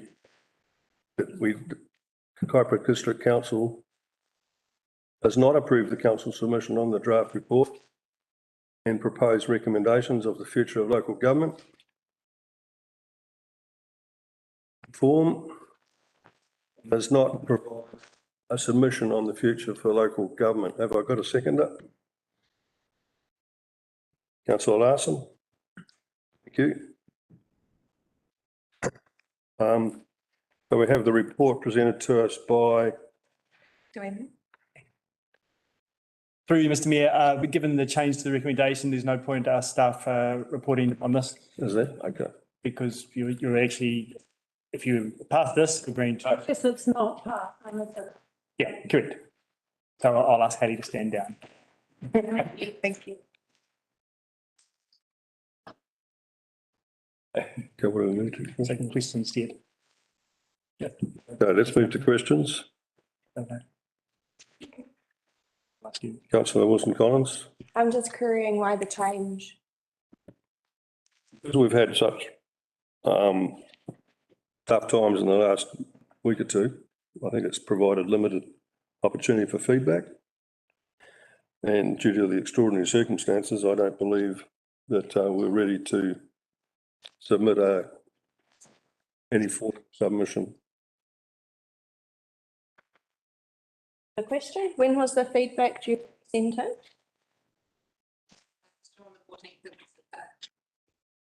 So nothing to do with the past couple of weeks.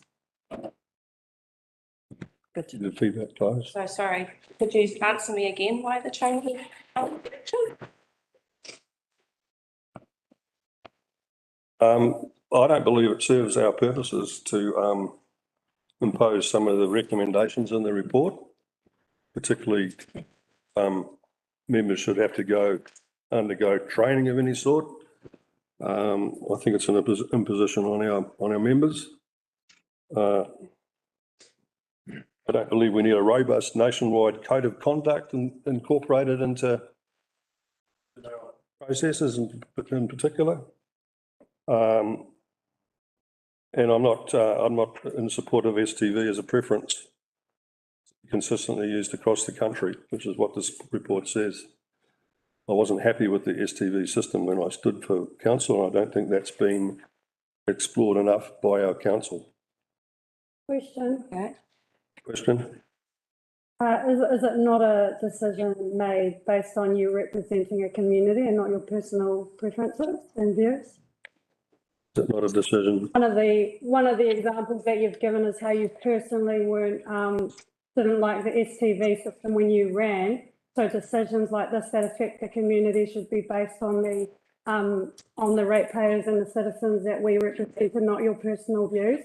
So I'm quite taken aback by this complete trajectory when all of our councillors did submit their feedback. I've seen numerous councillors submit their feedback on this, and I didn't see any alarming additions to the submission. So if you're not happy with the timeline, would it not be best to defer the decision until you've incorporated your views into the submission so that we can submit as a whole of council? Would that not be preferable then to just make a unilateral decision here on the spot to not go with the submissions at all, and B, to not provide a submission at all to the future of local government, given that this is such a pressing issue for us, especially in our rural community, that we're not even giving our ratepayers and our citizens a voice? That's it. I think we did this through you, Mr. Mayor. So we had some information on this late last year. We asked for feedback from elected members. We only got limited feedback.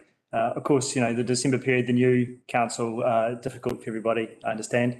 The submission period closes 28th of February, I believe, which is pretty tight.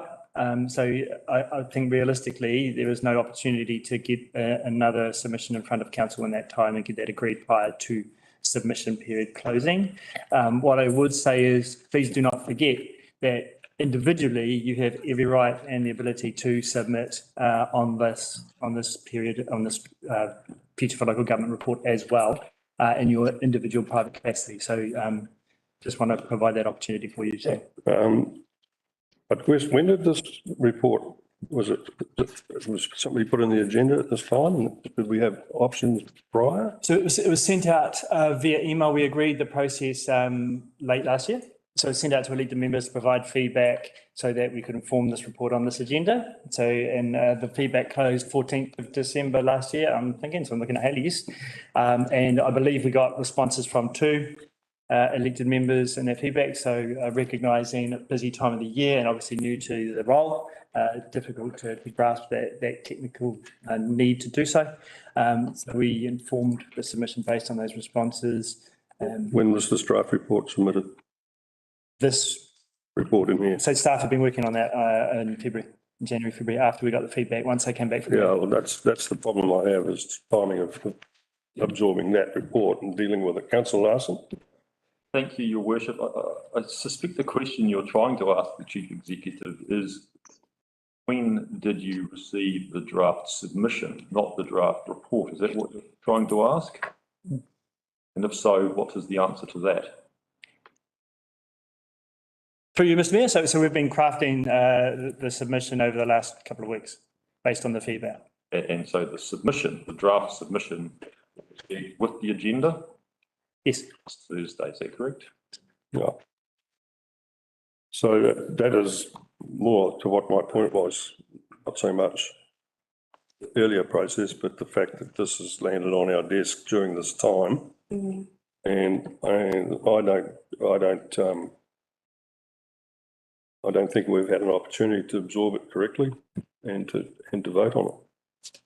Councillor Howard.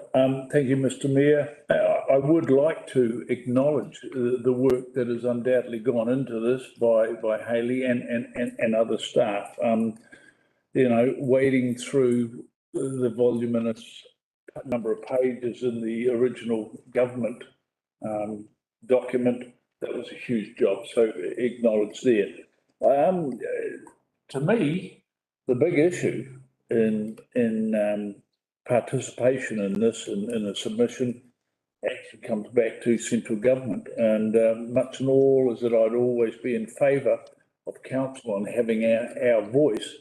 I think that the record... Point of order, Mr. Mayor. Sorry to interrupt, but are we in questions or are we in statements? In questions.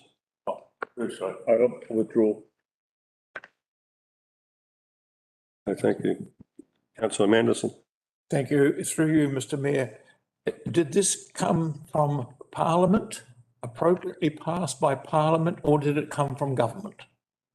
It's come through Local Government New Zealand, I understand.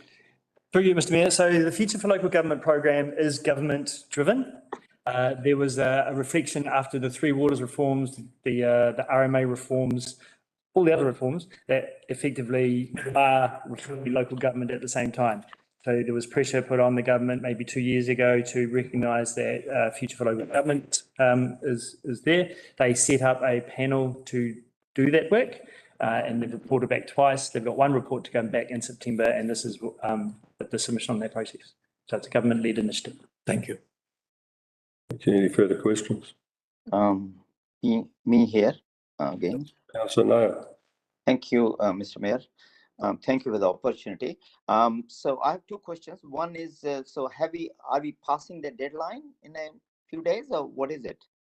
And the second question is, I guess Michael Day presented to us, and Councillor Mark Vincent might have sent something to include. So the draft was not given to us at all after that. I don't know what happened. Councillor Nair, thank you very much. So at the moment, the resolution on the table, the recommendation on the table is to not submit on the Future for Local Government work and not approve this for submission. So that's what's on the table currently. Hasn't been decided yet. Your second question was, have we provided... Sorry, what's the deadline to send this? Okay, in the report, 28th of February is when the submissions close. The government's closing submissions on the 28th of February. So there is little time to have get a submission together with all your council and approved to do that. Okay, second question. Second question was about whether or not a draft was sent out. I'm just going to have to defer to Hayley on that one. Chair, so we put this to the December briefing, and we shared I can't hear. Sorry, I can't hear. So we brought this to the December briefing, Councillor Nair, and we shared the high-level intent of what the submission was going to say. Yeah. And that was not considered? We sought feedback at that time. So all I'm asking is, who decided that we will not send it and we don't have time? At what stage? Through you, Mr. Mayor. So, Councillor Nair, I know it's difficult because you're in a room out there. However, the recommendation on the screen that has been moved and seconded is to not approve the submission and not provide a submission to the reform. You haven't decided that yet. You're in questions at the moment. Then you get to go to speaking and then you vote on it at that point. But I can't see attachment A. Can you email it to me or whatever? It's just on a small screen. Yeah. Attachment A is in the agenda, Councillor Nail? Attachment A, please.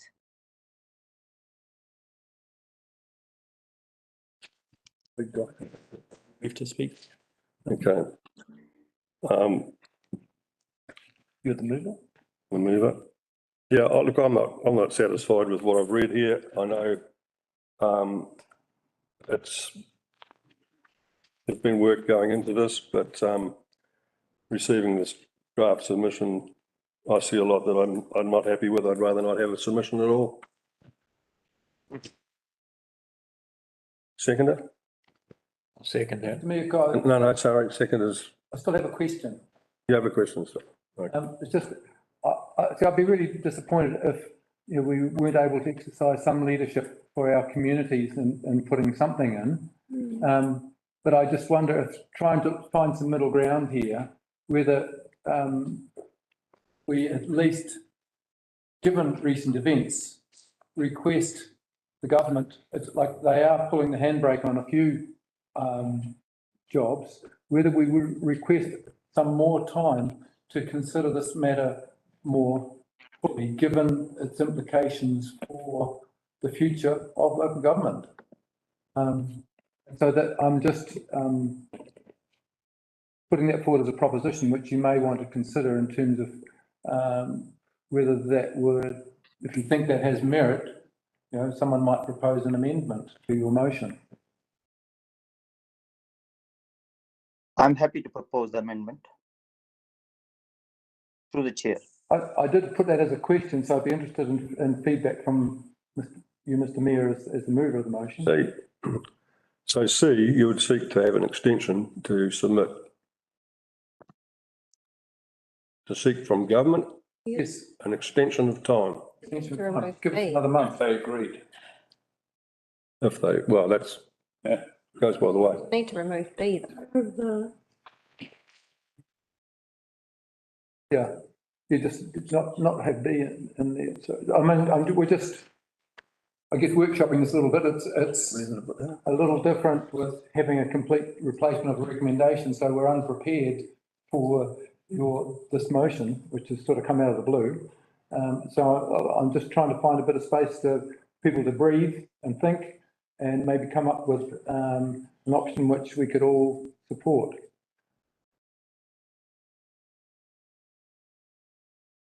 Needs to actually, it would an amendment. Would you like to move an amendment then? Okay, I'll have a try. So I would move that does not approve at this time, to put the words at this time in A.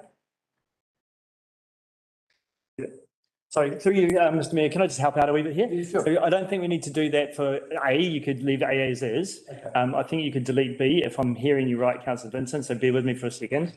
And you could insert a new B that says something along the lines, request the CE seeks an extension to the submission due date. Yep.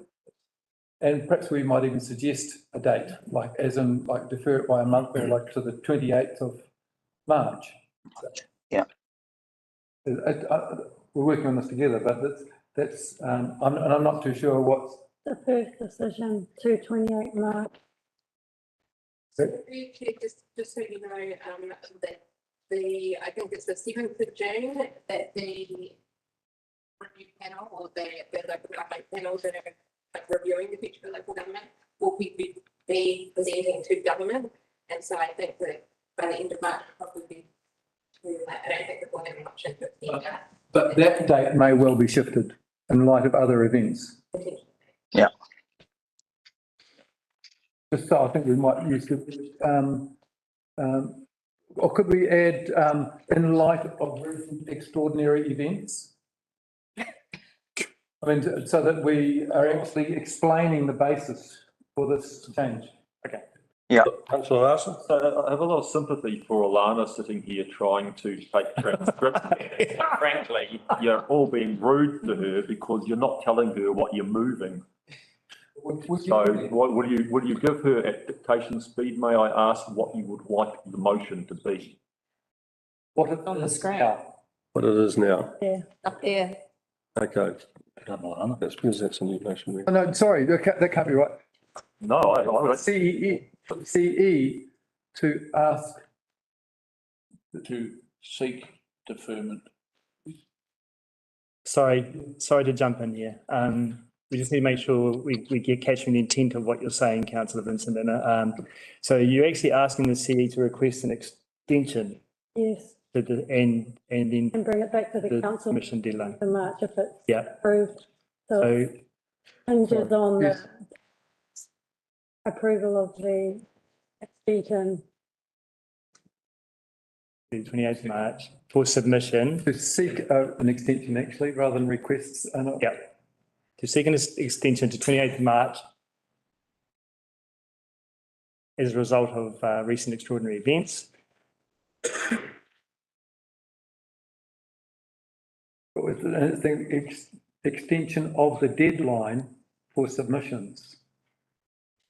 It's the same thing because the decision will come back on the 28th of March anyway. So The 22nd of March. And then. Well, we say 22nd then. So through you, Mr. Mayor, Councillor Vincent, are you anticipating that we bring this back to the March briefing for further discussion? That would be one thing. Yeah, and then formal approval. That's what your amendment is going to say, correct? Yes. I hadn't thought of that, but. Well, we need to, sorry, Alana, apologies. So at the moment with B, request the CE to seek an extension to 28th of March as a result of recent extraordinary events. Then we'll need a C, if I'm reading Councillor Vincent correct, request staff report to the March council briefing for further discussion. I'm just taking your words for you, Councillor Vincent. This is your. You're reading my mind. Yeah, I know. Can I just clarify, Councillor Vincent? Approval is granted because otherwise there's no point if it's not. Yeah. I request staff report to the March council briefing for further discussion if the extension is granted. Yep. Yeah, how's your fingers, Alana? Now, bear with me, Mr. Mayor. Thank you, Alana. I think with the Councillor Vincent, you're the mover. I'm seconding that. Sorry, Mr. Mayor. So you've got a mover and a seconder for an amendment. Right. So who's the mover and the seconder? Councillor Vincent is the mover. Of course, yeah. And Councillor Paniora. Okay, so we're going to open that up for discussion or questions? Questions in discussion. Questions. Yeah, any questions? Councillor Manderson. For you, Mr. Mayor, can I speak against the motion at this stage? Sure. Good question. I don't believe that the For the statement, point of order. Sorry, this is a question. Sorry. Yeah. can have it either way. No, But I if you don't have a question, you need to wait. I asked the question, what evidence do we have that the government has properly articulated this desire and it, Point of order relevant. and whether local government is acting on. Point of order, Mr. Mayor. Point of order. Point of order was raised. It must, you must rule on it. Sorry, no, I will allow the question. And is the local government properly constituted on this? Look, it's a process we have to go through, through local government, New Zealand and government, so we have to respond. In which case I would suggest an amendment till after the next election. Look, I don't think that's realistic. No. We've got timelines here that we have to work to. Okay, thank you. Any further questions? Oh, Councillor Naya. Yeah, thank you. I'd just like to put it to vote on a separate, like C is an option as well in voting. He wants to take them apart when we get to the voting. So, Mr. Mayor, to speaking. Yeah, we could do that when we get to the voting. Thank you. Councillor Larson. I want to just ask a question, a procedural question, because this is the second time this has happened, and I note that the day is certainly dragging on. Are elected members understanding orders able to ask for the motion to be taken than parts, and is the mayor bound to oblige that, or can the mayor overrule that request? Members are entitled to seek, it's like a division, you can't be taken in part. And it can be taken, it must be taken in parts if a member asks? I'll have to Is that the 100% take on this. Thank you. That's on the training. Any further questions?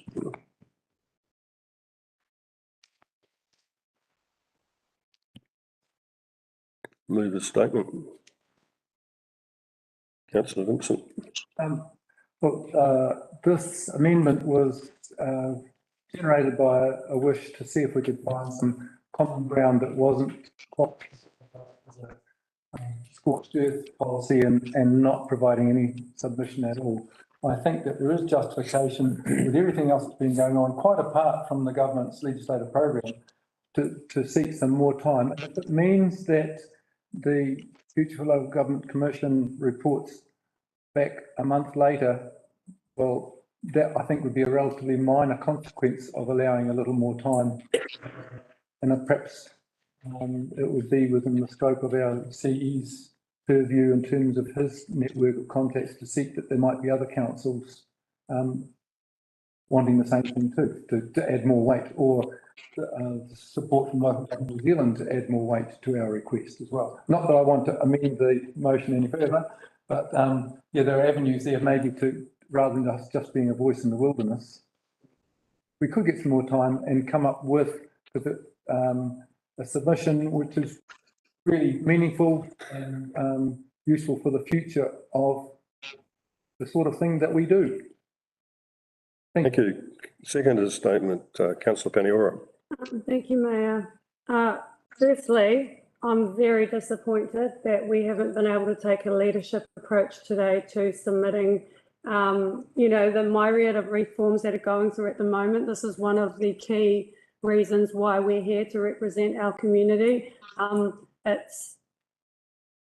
disappointed that this wasn't raised earlier than today, because we've probably in all likelihood now missed the boat on getting any submission. I hear what you've said, Jason, in terms of being able to submit our own submissions. I think that it goes both ways. If a member, if a councillor or a mayor feels so strongly about the collective submission, then they could use their prerogative to submit their own individual submission and not stifle, the organisation and the governing body's ability and right to make a collective submission. So I'm very disappointed at that.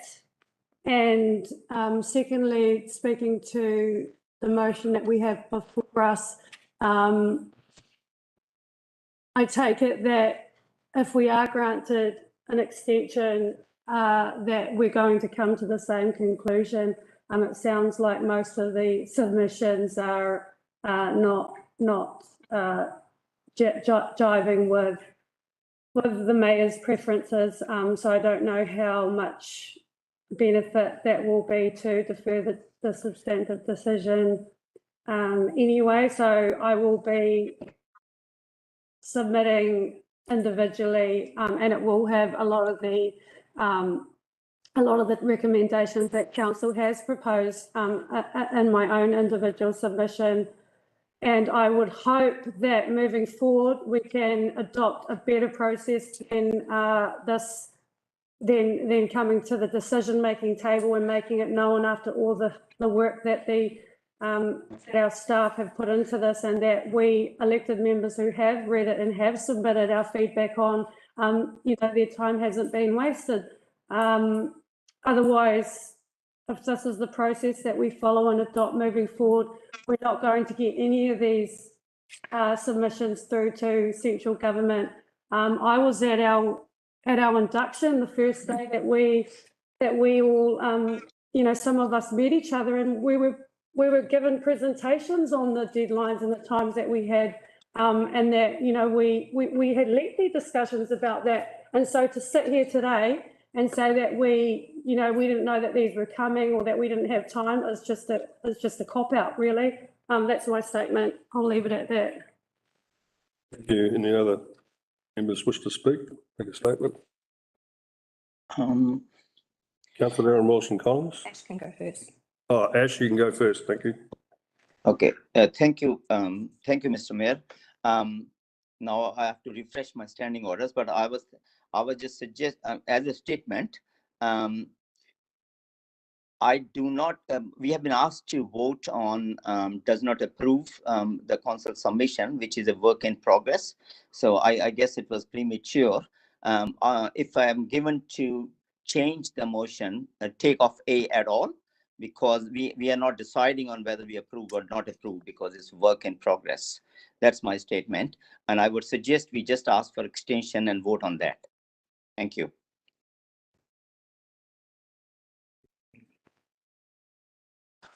Through you, Mr. Mayor, just by way of process, you can't actually amend an amendment. So we have to vote on this one. Thank you. Any further statements? Councillor Aaron Wilson-Collins. Thank you. Yeah, I want to express my disappointment in where we've headed today. It's partly obviously because of the timeframes that we were given by the government to make this submission. We knew that was going to be tight. However, we had a briefing in December. We were walked through what those timeframes were. We were implored to provide feedback, and 2 out of 10 elected members did so. I'm not surprised that the majority around the table seem to be not in line with the submission that was prepared, because they haven't provided feedback to it. I hope that this will be a lesson for my colleagues, that whilst we make lots of jokes about how slow council moves, sometimes things move really fast. And we've been elected into a position that is where people are relying on us to do a job. And I know it was a difficult time, it was a time of the year, but 2 out of 10 is quite extraordinary. So now we've got a submission that's been prepared from that feedback. This has not come from staff, it has come from the feedback from the 2 elected members. And it is now failing, and we are losing our entire voice for our electorate to have a say in what is the largest reform of local government since the 1980s, I believe, possibly before I was born. So that is a real disappointment, and I actually hope that the community is disappointed in us, to be honest. It's not a great resolution.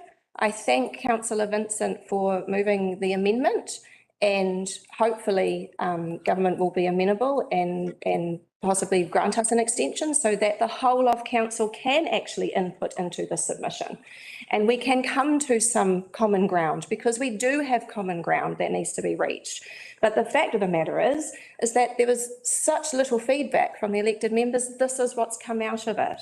So I just implore that everybody participates in the democracy that we have, and we actually stand up for our people. Kia ora. Thank you. Thank you. Any further statements? Not an amendment. Not an amendment. Okay, good with that. Okay, so we'll put this to the vote. All those in favour, raise your hand and say aye. Aye. Just to be clear, Mr. Mayor, so this is voting on the amendment, correct? Which is on the screen. Which Ash asked to take in part. Right. I'll take it in parts then. Sure. Okay, let's do it in parts then. Okay, the Kaipara District Council does not approve the council submission on the draft report and proposed recommendations of the future local government reform attached A. All those in favour say aye. Aye. Aye. Those against? Against. Can I Against. vote revision? Oh, division. Here we go. Division required. Here we go.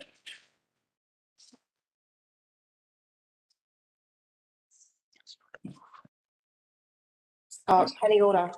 Councillor Paniorder requested the division. Thank you. Okay, I've got a process question on this.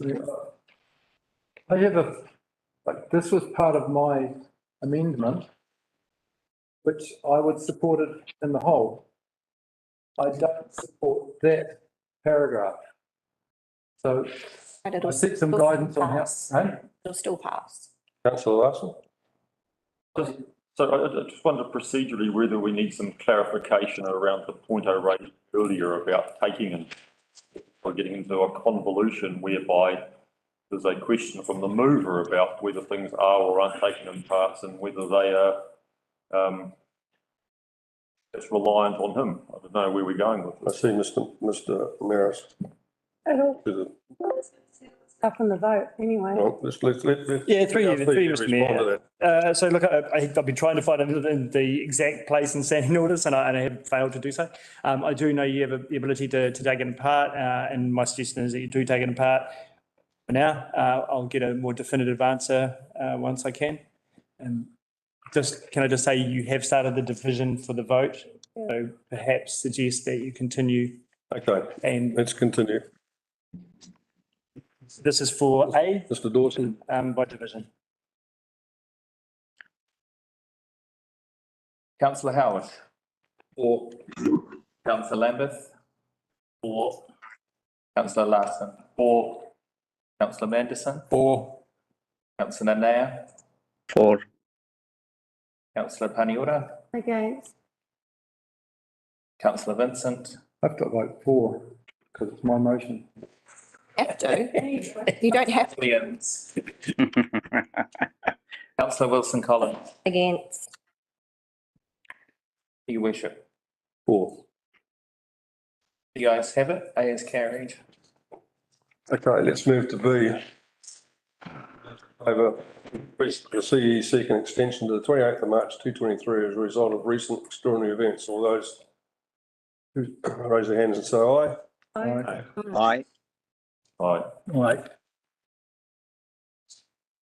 Okay, items carried. Item C, request staff report to the March 2023 council briefing for further discussion that the extension is granted. All those in favour say aye. Aye. All against? Aye. Carried. So, Mr. Mayor, so where you're at now is that you've agreed the amendment. Like we did before, you have to re-vote on it all as the substantive motion. So you can just put the substantive motion now and it'll be as is. Okay. Well, there's a substantive motion. All those in favour say aye. Aye. All those against?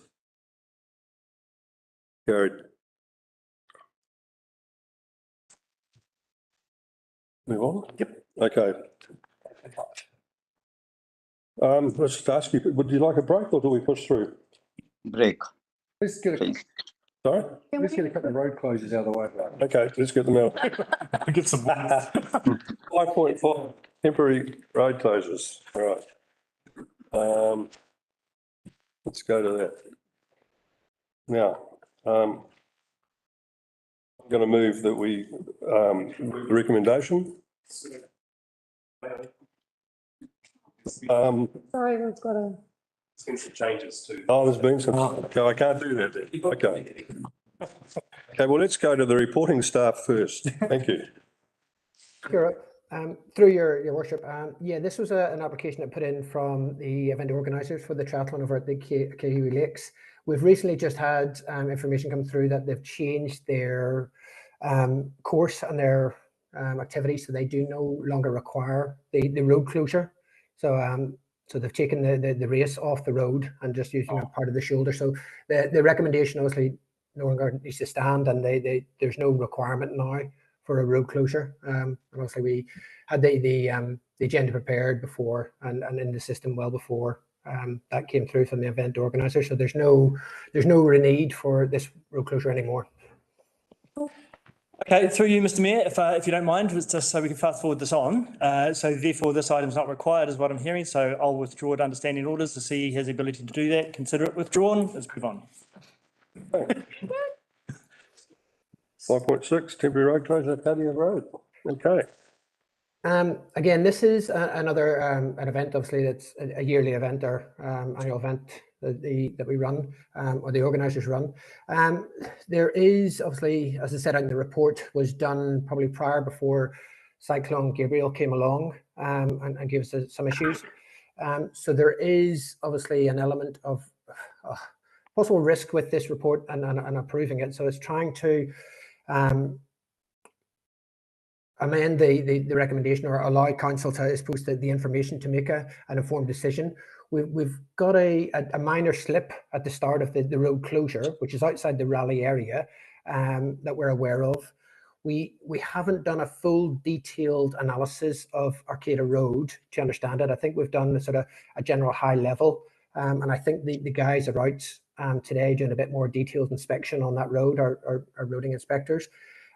So we're still a little bit unsure of the extents of the damage on Acadia Road, and hopefully we will know better later today. We've had a discussion with the event organisers, and they're still keen to push on with the event.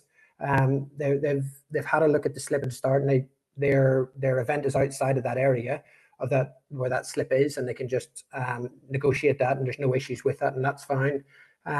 They have had done extensive consultation with the residents and the neighbours and community just about should they continue, and I believe they've said that they've had good support for that. I suppose the risk is from a roading aspect is obviously Acadia Road is the Pakiri Oakley is currently the bypass at the moment, and the effects of that would this event have any effects on that bypass? We don't think it will, and the organisers don't think it will, but it's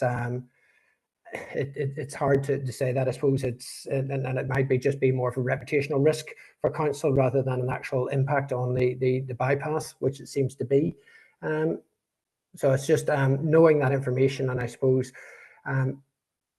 presenting that information to council to try and make that decision around that. I suppose from a roading perspective. Sorry? Greg. So, through you, Mr. Mayor, if I may.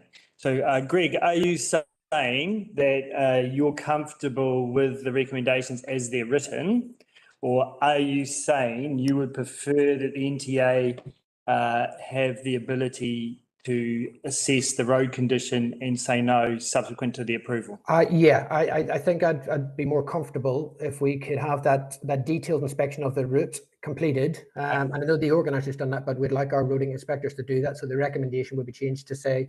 Yeah, let me sort that. Bear with me. I got your answer. Thank you, sir. Yep. So what I'm suggesting here, council, obviously new information at the moment, so bear with us for a second. I apologise for this. That under A, so we've got approved the application for proposed temporary road closure as shown, blah, blah, blah, for the dates and times requested, comma, subject to agreement from the NTA on road condition.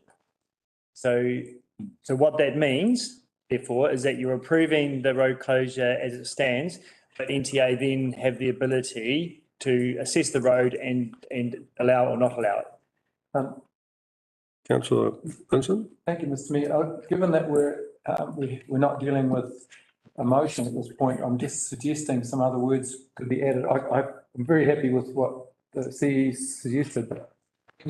Each decision should be able to stand on its own. And this, as it's worded, doesn't tell you who's made the application.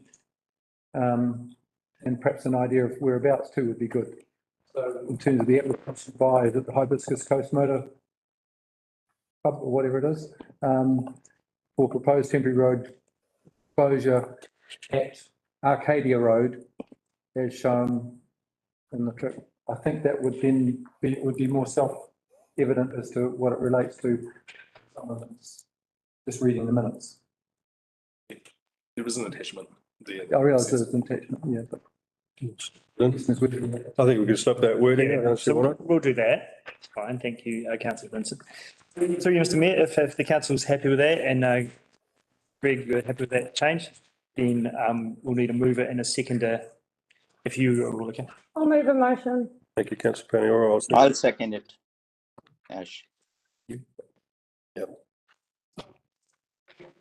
I move a motion that council approve the substantial application for temporary road closure at Acacia Road on 9 AM on Sunday, 6 February 2023 to 1800 hours on Sunday, the 26th of February 2023, subject to approval from NZ. Excuse me, councillor Planning, are you changing the recommendation or are you? Oh, no, I'm just. She's trying to. Oh, you're highlighting what it's about. Okay. Subject to judgment from NZTA No, it's not on. NZTA. Oh, NTA. oh, sorry, NTA, sorry, on road conditions. So through you, Mr Mayor, look, that's the move, that's the motion. We'll tidy that wording up. So just so in the interest of moving on, I think it's clear with the intent, you just want us to put the detail of the application in there, subject to NTA approval. It's been moved by councillor Paniora, seconded by the Mayor, actually, so not councillor Naya, and up to you for questions. Any questions? Any questions? No further questions. Move the statement. No, nothing from me, just happy for it to go ahead. Nothing further from me. Councillor Vincent. Thank you, Mr Mayor. Yeah, I had a question before the meeting, which I submitted, which has been attended to by the statement from our representative on the NTA. So I'm fine with it now. Move a statement. Yeah. You're happy? Okay. can do it right There's nothing from me. Any other members wish to speak? Darren Wilson-Collins? Alana hasn't, sorry, you're so busy over there in the corner. Just the seconder is, for this motion, and you were so busy. That's okay. That was all. Thank you. Any further statements? Okay, let's move to the vote. Okay, all those in favour raise their hand and say aye. Aye. Aye. Against? Motion carried. Come on. Can I hurry now? Okay, what are we doing here? As well. Yeah. So we're going to have to take a break now. Okay. Yeah. Let's have a quick break. Only 10 minutes, okay? Lunch. Okay. 1 o'clock. Just push on and get the day done. Is there lunch? Like half an hour? 30 minutes. We have time to go get our lunch for some. Okay. We don't cater. Any papa? Yes. We both? Half an hour. Sorry, I'll be going on another meeting for an hour. So I think I chatted as well, Mr. Mayor. So I'm going to the NTA meeting. Oh, okay, thank you. Yeah. Thank you. Cheers. Yeah, let's make it 1:20 then. Have a great day. Cheers. Thank you.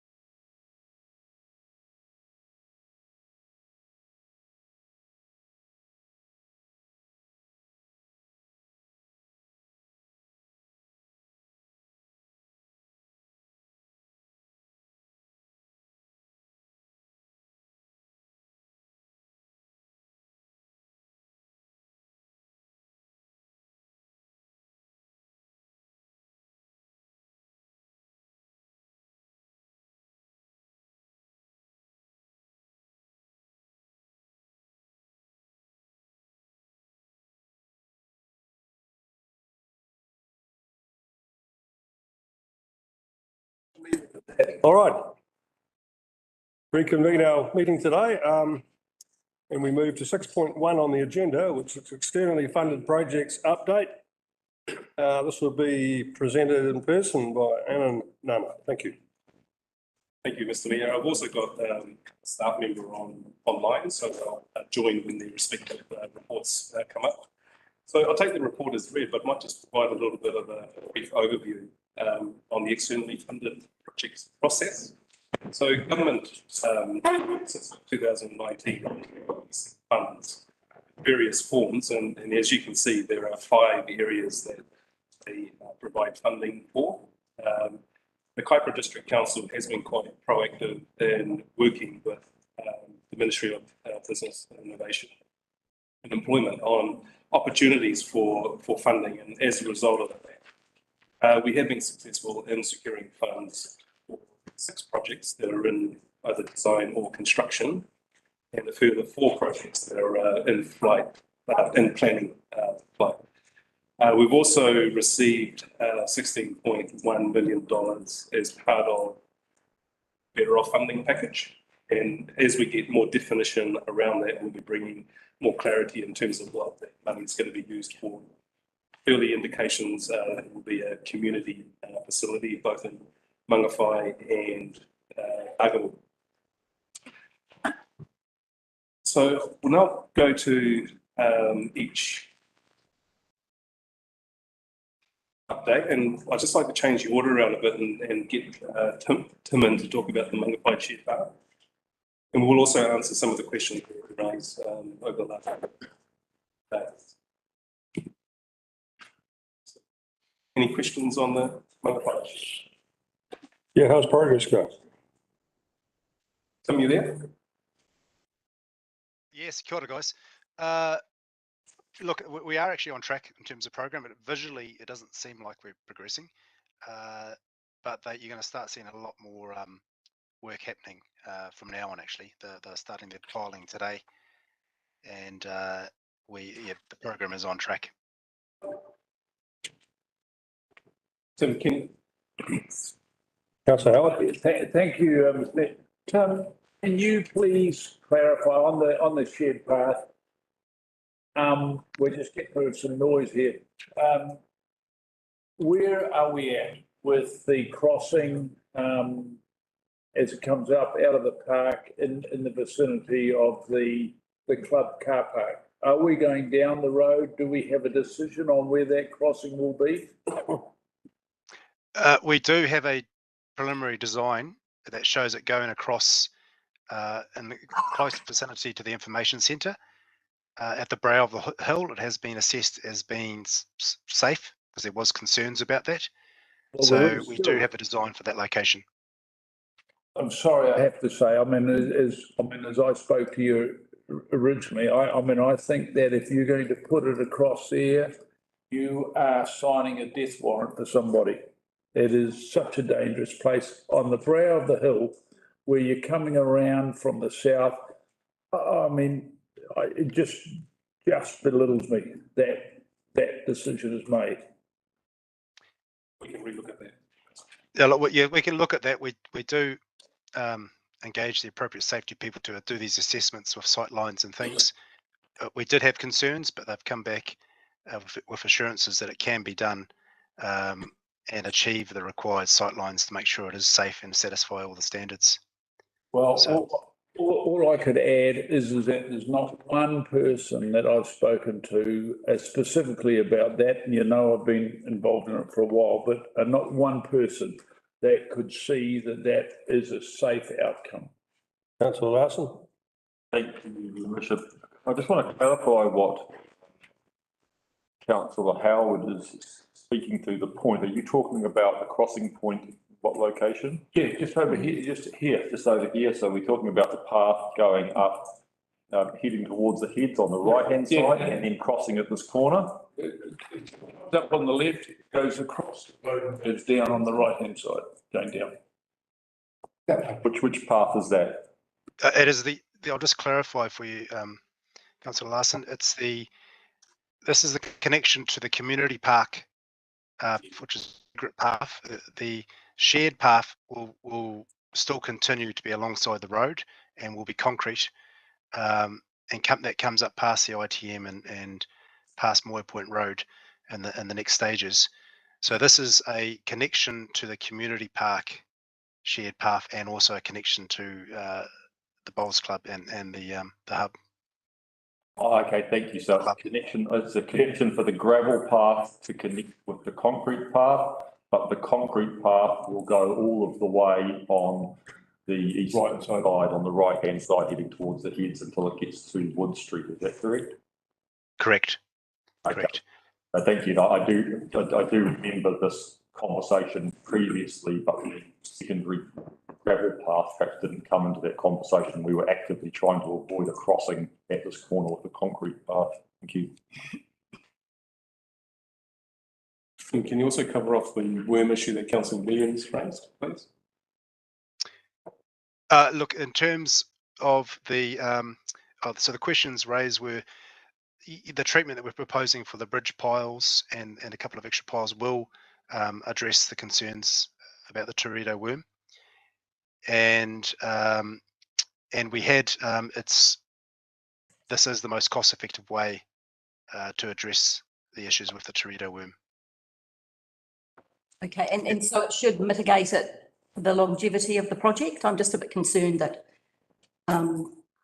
where they're in the water, the pile's going to be sleeved, so there'll be no area for the worms to attack.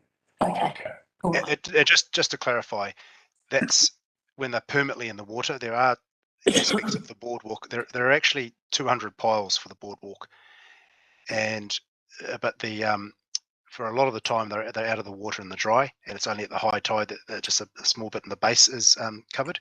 We are going to monitor those on as part of our normal maintenance inspection regime, and if deterioration does occur, then we'll manage it as it occurs, and that is a normal practice, and there are methods to manage that. So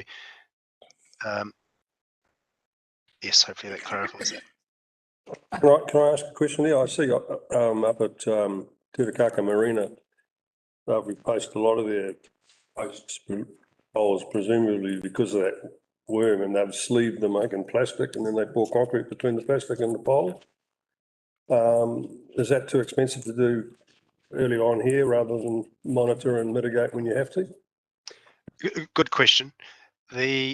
So that is what we're going to be doing for the bridge piles and approximately 12 of the boardwalk piles. Yeah. They actually fill the PE pipe. They sleeve it with a PE pipe, and they actually fill it with a PEP 7, and then seal it at the top. Those are the ones that are permanently in the water we're going to do. It's actually more cost effective to do it, to monitor the rest, and rather than do it now. The reason we're doing these ones now, the bridge, is a bit more expensive and high risk to let get damaged, and also a big portion of it's under the water and you can't see it. So it's a lot simpler to retrofit them when they're in the dry, and we can do that.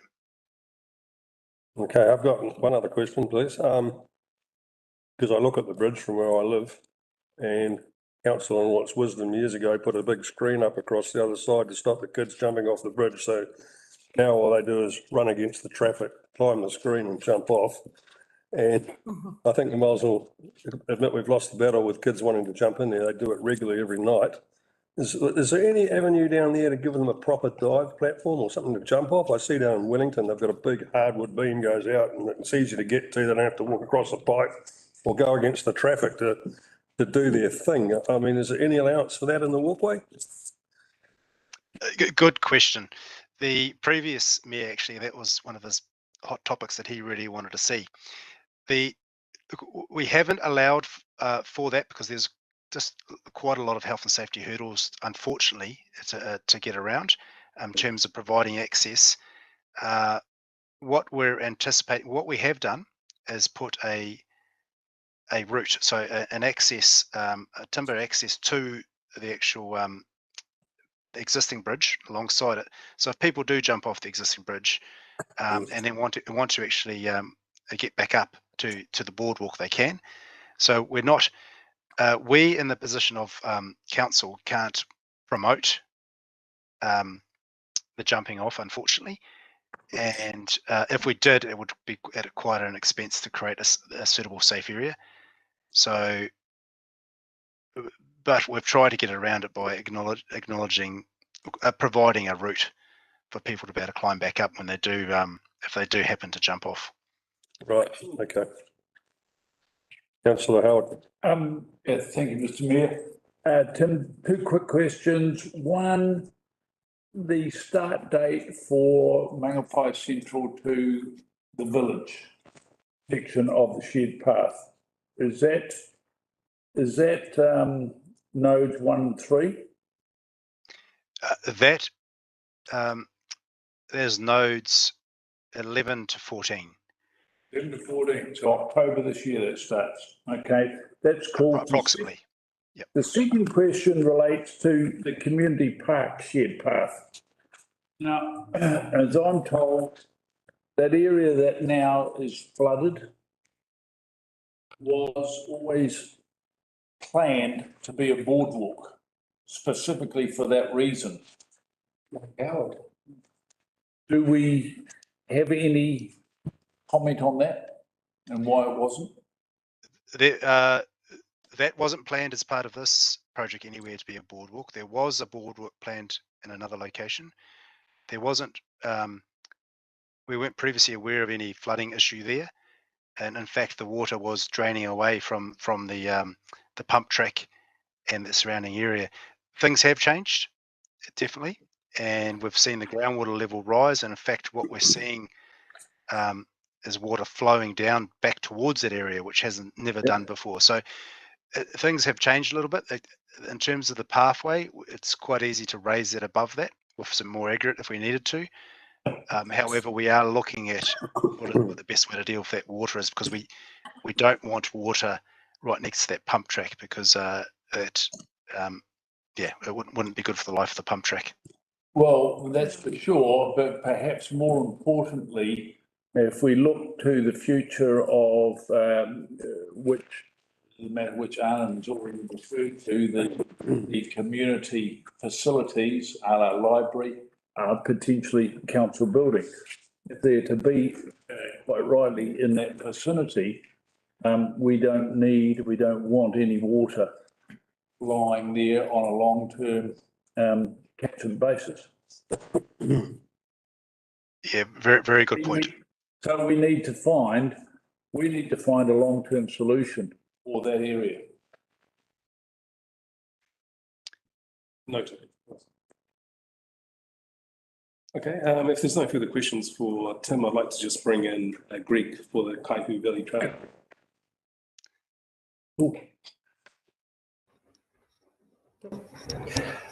Kia ora. Through your worship, yeah, I'll take the report as read. The only things to note since the writing of the report is, excuse me, progress.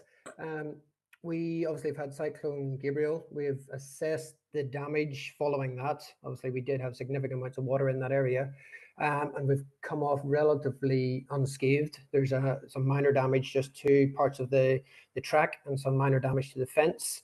But all in all, we're reasonably pleased and relieved to say that it is minimal. And obviously that will be then addressed under the contract with the contractor and the insurances that they've got in place for those activities when they occur in events. The bridges, we have finished Prairie Bridge, and the contractors have now on Ahikiwi Bridge, and that's progressing well. They're standing the towers up today and then pulling in the cables. So that will move along. We've lost approximately about a week due to Cyclone Gabriel, and we're trying to pull that back. So I think that was all. The bridges will all be due to finish on the main of the works 9th of March. So we'll probably go about a week beyond that, but we're trying to pull that back as we can.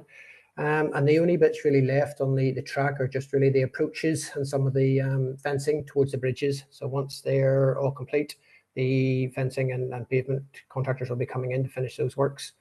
Yeah, happy to take any questions at this point. Oh, sorry, I did note, obviously, there might have been some questions earlier on from the easement, just of the Mercury easement of what parts of the track were completed, where the easement was.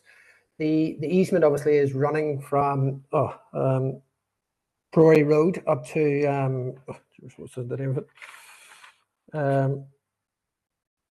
Oh, gibbers, it's escaped me now.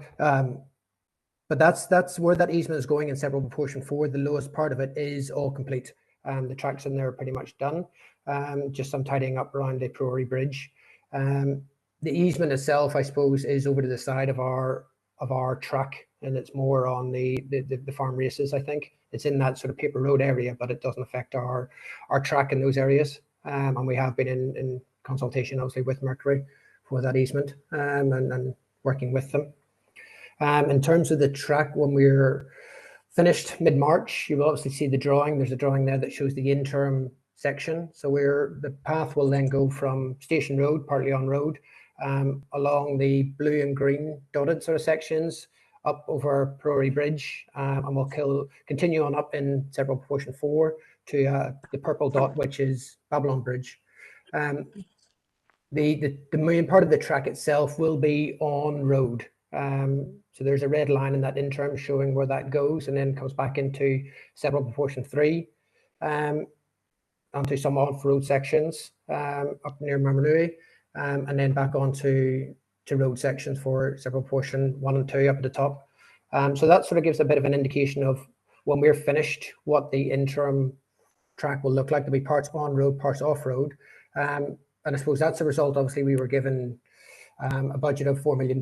And I think when we applied for funding, I think the original application was 9 million, but we were awarded 4 million for the work. So it was always going to be a combination of finding a balance between on-road and off-road until further funding could be achieved. Happy to take any questions. Just very, very brief one, if I may, Mr. Mayor. The overall length, am I reading it correctly? It's about 39, 40 Ks? Yep, that's correct. Cool. Can't wait for it. Any further questions? Erin Wilson-Collins. Thank you. This might be a little left field, but Councillor Naya this morning brought up the cycle tour that's currently on to Aotearoa. Would there be any possibility of them using the Kaihu Cycle Trail as part of their, like they do currently come through Dargaville, through Hokianga Road? Is there a possibility of future use there? I think if it's a cycle trail, I'm thinking about, that's quite an on-road event, where they're traveling long distances at the BDO sort of tour. Is that correct? It's not all on. I know someone doing it right now. It's not all on.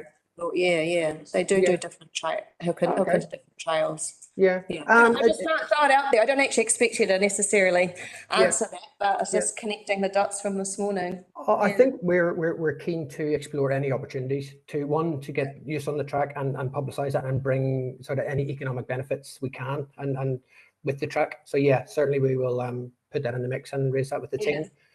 I'm currently watching, before I even leave for work in the morning, I'm watching sort of a dozen people go past my house every morning. So there's definitely a lot of people coming through Dargaville with this tour. So that's only in the morning. Well, thank you, Greg. I'd like to bring in Kurt. Just a brief update on the Kai water irrigation project, Kurt. Yeah, afternoon, councillors and your worship. I won't be turning my camera on because I'm running on mobile broadband at the moment, so it's not very reliable, unfortunately, due to the cyclone recently. Just an update on the report. The inclement weather we've been having, particularly at the Te Kaipara site, as we haven't been able to plant the sunflowers. So we intended to plant 2 crops there, an earlier one sort of November planting, and then a later crop due to be planted in about January, to try and demonstrate the benefits of irrigation, because that's usually running into our dry season, but obviously hasn't quite happened this year. So we haven't been able to plant any sunflowers there, and the remaining season is too short for them. So Northland Inc. has done some investigations to consider alternative shorter duration crops that may be suitable. The only ones that are suitable for the time available in the season are the leafy greens, carrots and coriander and lettuce, etc. But unfortunately, the site too has an overhead centre pivot irrigator. And those types of crops are not suitable to overhead irrigation because there would be a higher risk of developing diseases and rotting due to the irrigation from above. So unfortunately, that's no longer an option. And again, just looking at the photograph from the site last week with Cyclone Gabrielle, that whole site was under quite a few hundred mils of water there. So any crops that on there probably would have been lost anyway. So either way, the weather has denied us planting a crop on that site. So we'll be returning that back to pasture and won't be planting on there. Second site up at Aranga and Araroa's land, we got it's volcanic soil up there. We have, although a bit later than we wanted to, we have planted the crop of squash on there. That's been growing well. Northland Link hasn't been able to get back to the site since the storm, so we're not 100% sure what damage, if any, has occurred.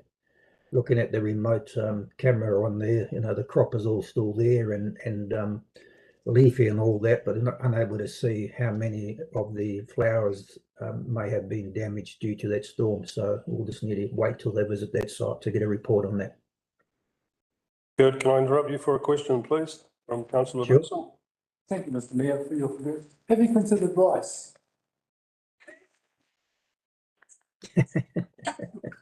Yeah, it probably would have been appropriate in this season.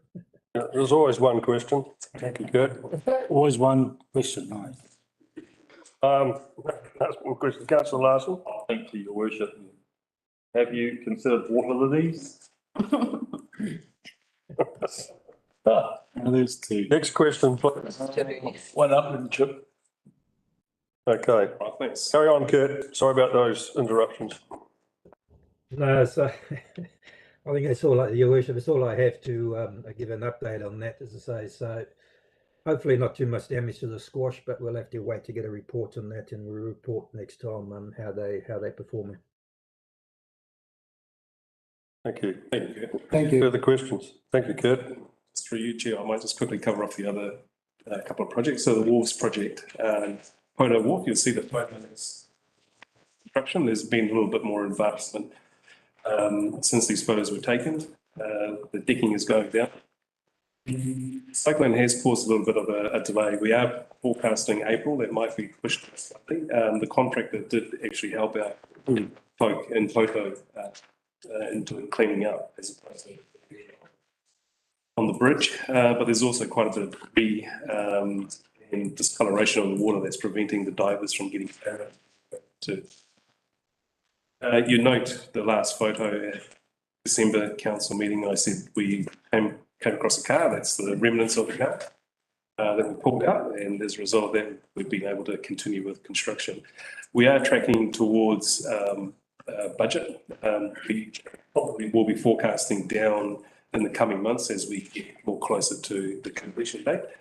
We certainly don't anticipate exceeding the approved budget. Taking questions on this? Councillor Lambeth. Through the Mayor, I'm intrigued. Divers putting the piles in, so they're not driven, they're actually dug in by divers? No, they are driven. They do go down and just observe driving. Yeah. So we're anticipating getting back on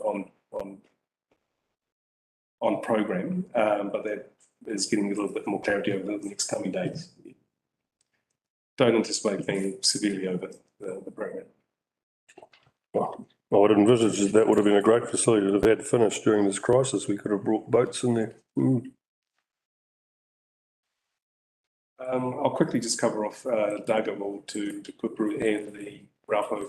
So you note at the December council meeting, we got approval from council to reallocate the funds. MB in principle agreed to that allocation subject to council approving it, which we did seek. They have now got some formalities to do at their end and get their committee approval, which we anticipate is going to be 28th of this month. We're hoping that that formality is just a formality, and then it will allow us to proceed with both projects, both in terms of the stop bank, but also the floodgate. At the moment, we are doing a peer review on the floodgate. That peer review is indicating that we may be able to have some substantive savings as a result of a change in methodology. So if that is to occur, then we've got more funds that we've got to probably put back into the Kupu stop bank. There might be a little bit of process toing and froing with MB, but we certainly want to be using all the funds that have been allocated to us. Any questions? Councillor Vincent. Thank you, Mr. Mayor. I did have a question which I submitted earlier about the cost. The costs in relation to the Te Kaupuru stop bank, as to, we have an indication at this point as to how much we would need to complete the project from the design and investigation work being done already. Yeah, so I think at my last council briefing, we were talking in tens of millions of dollars in terms of all the stop banks have approved. We are getting ready at the moment in the stop bank and floodgates. The minute council government says we've got some funding, we want to sort of be shovel ready. So we have appointed a consultant to do that assessment, the overall stop bank, our overall need for floodgates, maintenance or new, so that if tranches of money are available, we'll certainly the application. In terms of the current cost to do a stop bank, it does vary in terms of how high you go and how wide you go, but costs are in the order of about $400 to $600 a metre. It could be done a lot more effectively if we mobilise and utilise local contractors, and that's something that we are exploring as well. Okay, thank you. I have another question too, which perhaps after Councillor Lambert. Yep. Through the mayor, with an $8 million project or that sort of figure, are we expecting the same form of protection that residential areas like Araroa, I forgot the name, Aratapu and Spring Edward Street to get as what Ruwa is getting? So the land drainage is a big picture conversation, and as I said, it's going to require tens of millions of dollars to protect what we've got today, but also make the banks more resilient to the storms and the level rise, sea level rise. So I can't give you the specifics on the question, having a look at it offline, but you know, the work that we are doing is just the start of what we need to do. Given the recent event, how did things hold up? Very well. The rail power held up. There's some issues on the floodgates, but the team dealt with them. There were some issues with power, so you know the pumping was an issue. So that district held up quite well. We know that the Awakino broke the banks and they've actually spilled over through the railway line. So we are talking to Kiwi Rail, because there may not be an urgency for them to restore their rail, but there's an urgency for us to protect the community from another event. So we are in solid discussions with Kiwi Rail to get some urgency to get that repaired. Thank you. Any further questions, Councillor Vincent? Thank you, Mr. Mayor. I think I did put this one through earlier too. With regard to all the provincial growth projects, the ones in this tranche of work, what provision is being made for depreciation in our current and future budgets? We have to fund for maintenance, so we will be needing to put funds aside. The good news is that these are new projects that require less maintenance, but over time they will require maintenance. And wharves also get damaged and things get stolen, so there will be a replacement. So we will have to include provision in our capital for the OPEX. And Sue might want to talk to the depreciation. So, through the chair, so for the new assets that we're currently constructing, the depreciation will be calculated on that and rated for in the future. We don't have that many that have been completed, only just recently the parking wall. And those walls will be accounted for, and we will have depreciation fund renewals, but not funding new walls. But we do also have other wharves which I think are owned by the council, but not, there's no depreciation. So, through the chair, I suppose what we have to do is get our parks to speed, because we may not have all the wharves detailed there that we should be actually collecting depreciation for. They're only just putting the wharves into asset finder. Read it now. To asset finder. So parks has never been into an asset finder before. So this year, it's the aim to get parks onto our asset finder database so that we've got a way of managing maintenance and obviously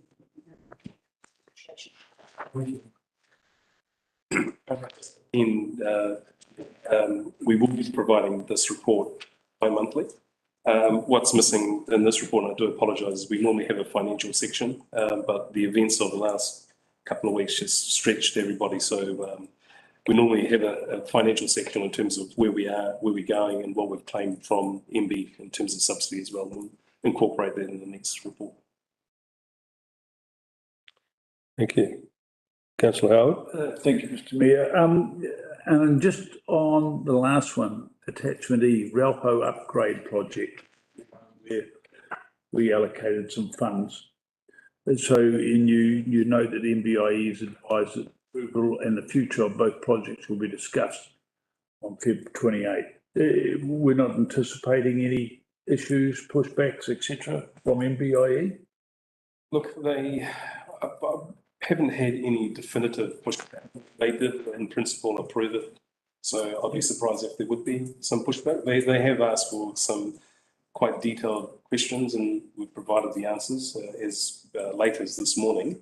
You know, we certainly see, even though there's a small section from the larger section, we actually do see, even doing this small section, giving us intelligence to then go away and plan for the longer section in terms of how easy is it to do, the stability of what we've done and the cost to do it. Okay. Yeah, that's good. Thank you. Just hoping that nothing had changed. Thank you. Any further questions? Okay. All right. Yeah, I'd like to move that we pass this recommendation. Do I have a seconder? Thank you, Aaron Wilson. Is there any discussion, questions on this other than what we've had? Okay. Only that my last name is Wilson Collins, thank you. Well, that's your full name. Andy last name. Yeah. Okay. So we move straight to a vote and get on with it. All those in favour say aye. Aye. All against, carried. Okay, the next item on our agenda is the Kaipara Council submission on the Natural and Built Environment Bill and Spatial Planning Bill presented by Mr. Michael Day. Yeah, and good afternoon team again. Try and keep this one as possible. So, we have submitted on the Natural and Built Environments Bill to meet the consultation deadlines. Adopted our delegation process, which has been approved. That process in this instance saw the submission signed off by the Mayor, the Deputy Mayor and the Chief Executive. The paper here I'll take as read. The submission is rather attached A. A couple of key points that I'd like to make first and foremost. That as this is the biggest change to New Zealand's resource management system in over 30 years, it's disappointing the government only allowed minimal time for councils to provide submissions across the Christmas and New Year period. Notwithstanding that, we endeavoured to get it done, which we did. Just a few key points as well on page 2 of the report that I'll touch on. was concerned that the Spatial Planning Act, the Natural Built Act, could result in more complex processes than the current system. We consider that for the new legislation to be successful, the process of these significant reforms must slow down to ensure that the legislation is actually well drafted and implementation and monitoring is well understood and funded. And another key point is that we continue to have concerns with respect to how council will be represented on the proposed regional planning committee when that materialises in the future. That's all I have to say, just noting again that the submission has already been lodged, and so this is for information purposes only.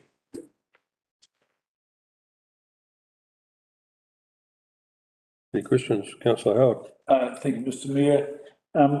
Michael, as I've expressed before, well done after, huge volumes. I note, and it's interesting, given the earlier conversation about the other reform, the local government reform, that very little changed from the original submission, initial submission, draft, to this final one. And I don't know how many members, elected members, contributed. I certainly did.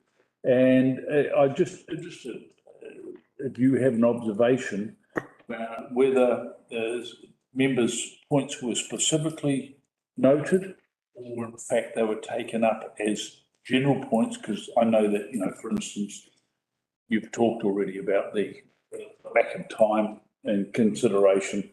I would add the word respect, I think, from government to local government.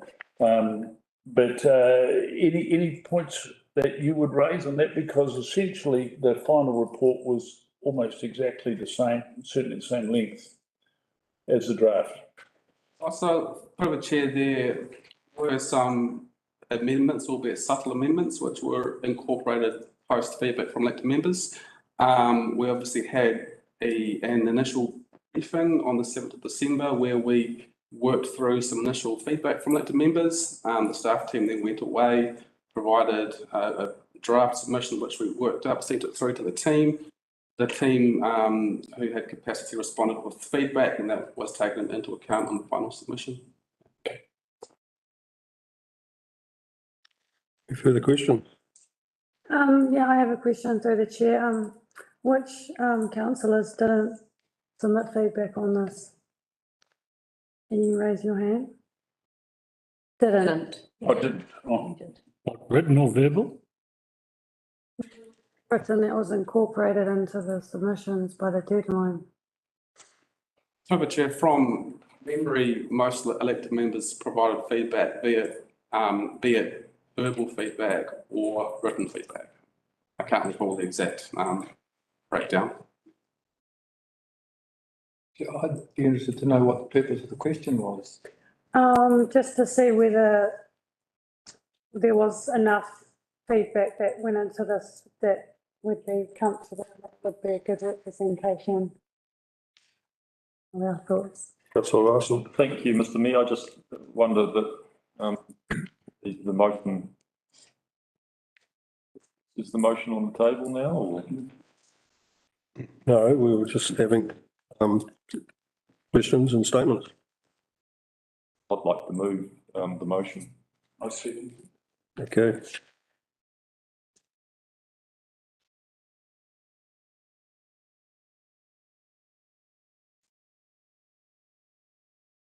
Is there any further discussion, or should we move on? Pretty simple stuff. Anyone have any issues? Okay. All those in favour say aye. Aye. Aye. All against? Thank you. Carried. We move on to 6.3, Resolutions Register, which is Mr Jason Marris and the executive team. Thank you, Mr Mayor. It's been a long day. I'm not going to drag it out. So the resolutions register is simply just a mechanism where we record your decisions and then give you feedback and updates about where we are at. The key one to note actually is the resolution about the golf club, which has been on the books since 26th of July 2018. And we have resolution for that, and that has had the LTO signed a couple of weeks ago. So that's a big thing. It took a long time to get there, and the team worked really hard to do that, and all ups to the golf club as well as our staff to get that across the line. So it's not updated in the resolutions register, but it has been signed. I signed it the other day. So that's a really cool thing. But happy to take questions on anything else. We try and update it as much as we can. It's not perfect. It's still a work in progress. We'll get better at it. But yeah, any questions that you may have, happy to take them. Councillor Wilson-Collins. Thank you. I have two questions, two items. Item number 5, and I think it might have actually been answered in a different email, but I just wanted to double check on the Bailey's Beach works that were done there. So item number 5 is the Bailey's Beach storm events report. So did the works that have been done end up to that? So this one was rock out. It stood up. Right. The front section they learned it also stood up.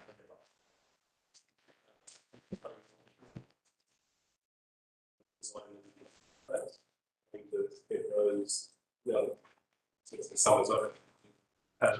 Started with Bullock. And the same dates with agreements of the community. Agreement is likely to reach the community. I just need to talk to the regional council.